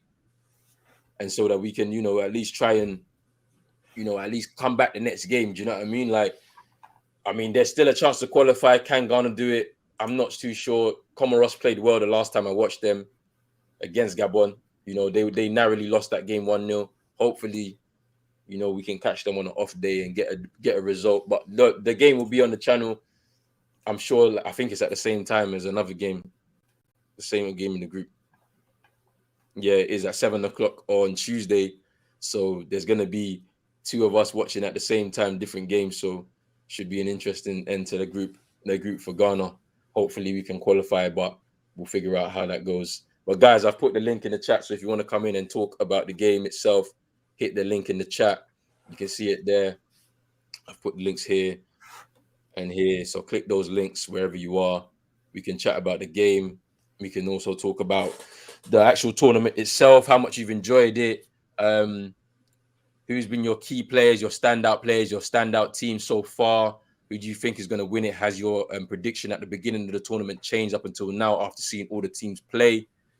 And anything else you want to chat about as well, let us know. If you want to talk about that refereeing in the Mali-Tunisia game, how much of a shocking thing that was, let us know. Come through and chat with us. We're going to be here for another 20 minutes or so, and then we're going to wrap up. I almost feel like people are just, they're not even mad. They're just sad. They're just disappointed. Yeah, I'm just like, I just can't believe that the way it went. It's just a joke. It's a joke. Like we know that this team can play open, attacking, expansive football and beat teams like Gabon. No disrespect to them. 2-3, 4-0. We can do it. We've done it before. Yes, the quality in the squad isn't there, but then sometimes when you don't have quality in your squad, the team that you put out there can put on performances together. Look at the Nigeria squad. Their squad hasn't got like immense amounts of quality like how they had in previous years with some of the players that we know have come from their country before. Yeah, they've got a couple of good players here and there. They got Ian Nacho, Moses Simon's a good attacking player, but more or less that team is okay. It's a decent amount of players. But as a team, the way they performed, the way they're running hard for each other, covering each other's backs, they put out that performance against Egypt in a big game, and they set themselves up for a nice qualification from the group now. That game against Sudan is key for them. They win tomorrow, they're through. So I mean, we have a team that we don't have like great quality, but we can come together as a team, set ourselves up to be able to facilitate those kind of performances. I don't know. Maybe the coach is the problem still. Yeah, Drizzy saying that qualify where I beg just come home. He said he wants to just go home. We start again. Man. Well, But that's the thing, you know. Maybe it's just, boy, it's so tough to figure out these kind of situations, you know. Because I remember even you was mentioning before about bringing in some of the younger players, and you know, once again, I don't want to continue to speak about them, but you can almost compare this situation to Man United. You know, they're confused. They're in a confused rebuild, where it's like you're saying you're rebuilding, but you still have these senior players who clearly don't have value to this squad. They don't add value to this squad, and they're not contributing to winning. So why are they still here? Why can't some of those academy players come through? Why can't they be allowed to develop, make mistakes, and become better players because of that? And those are the questions you have to ask. Are you really rebuilding, or are you just in a confused rebuild? True. Like, this is what I'm saying. When I'm looking at it, I'm saying to myself, I don't think that the GFA are in any sort of rebuilding. I feel like they're just happy to just bring like players coming through, because there's some players in that squad. Yeah, like I didn't know where Alexander Giku, the centre back who plays for Strasbourg, in France. Yeah, I never knew about him before, but all of a sudden an agent pushes him towards the GFA. He's like, yeah, I'll play for Ghana, because like wherever he was born or wherever he's gonna be, I think he was born in France. He's never gonna play for France. He was like, yeah, I'll play for Ghana. Like, and it's things like that where it's just like, it's annoying, because it's like you have a better pool of players you could pick from, but you're just gonna pick anybody because an agent has put you in position and said, yeah, there's an opportunity to play international football, so you can play for Ghana. I'm not saying that, you know, he doesn't feel proud to play for Ghana, but like it wasn't his first choice, because if it was, he would have come through the youth setup the same way. He would, like, the fact he might have not been born there, but he would have declared a lot earlier in his career and said at 18 years old, I don't want to play for France, I want to play for Ghana because I have that family connection, so let me go through the system.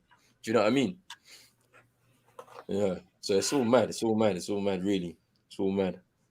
Guys, we're hitting about 3 hours on this stream. Like, it looks like nobody wants to really call in, so we're gonna just wrap it up right here.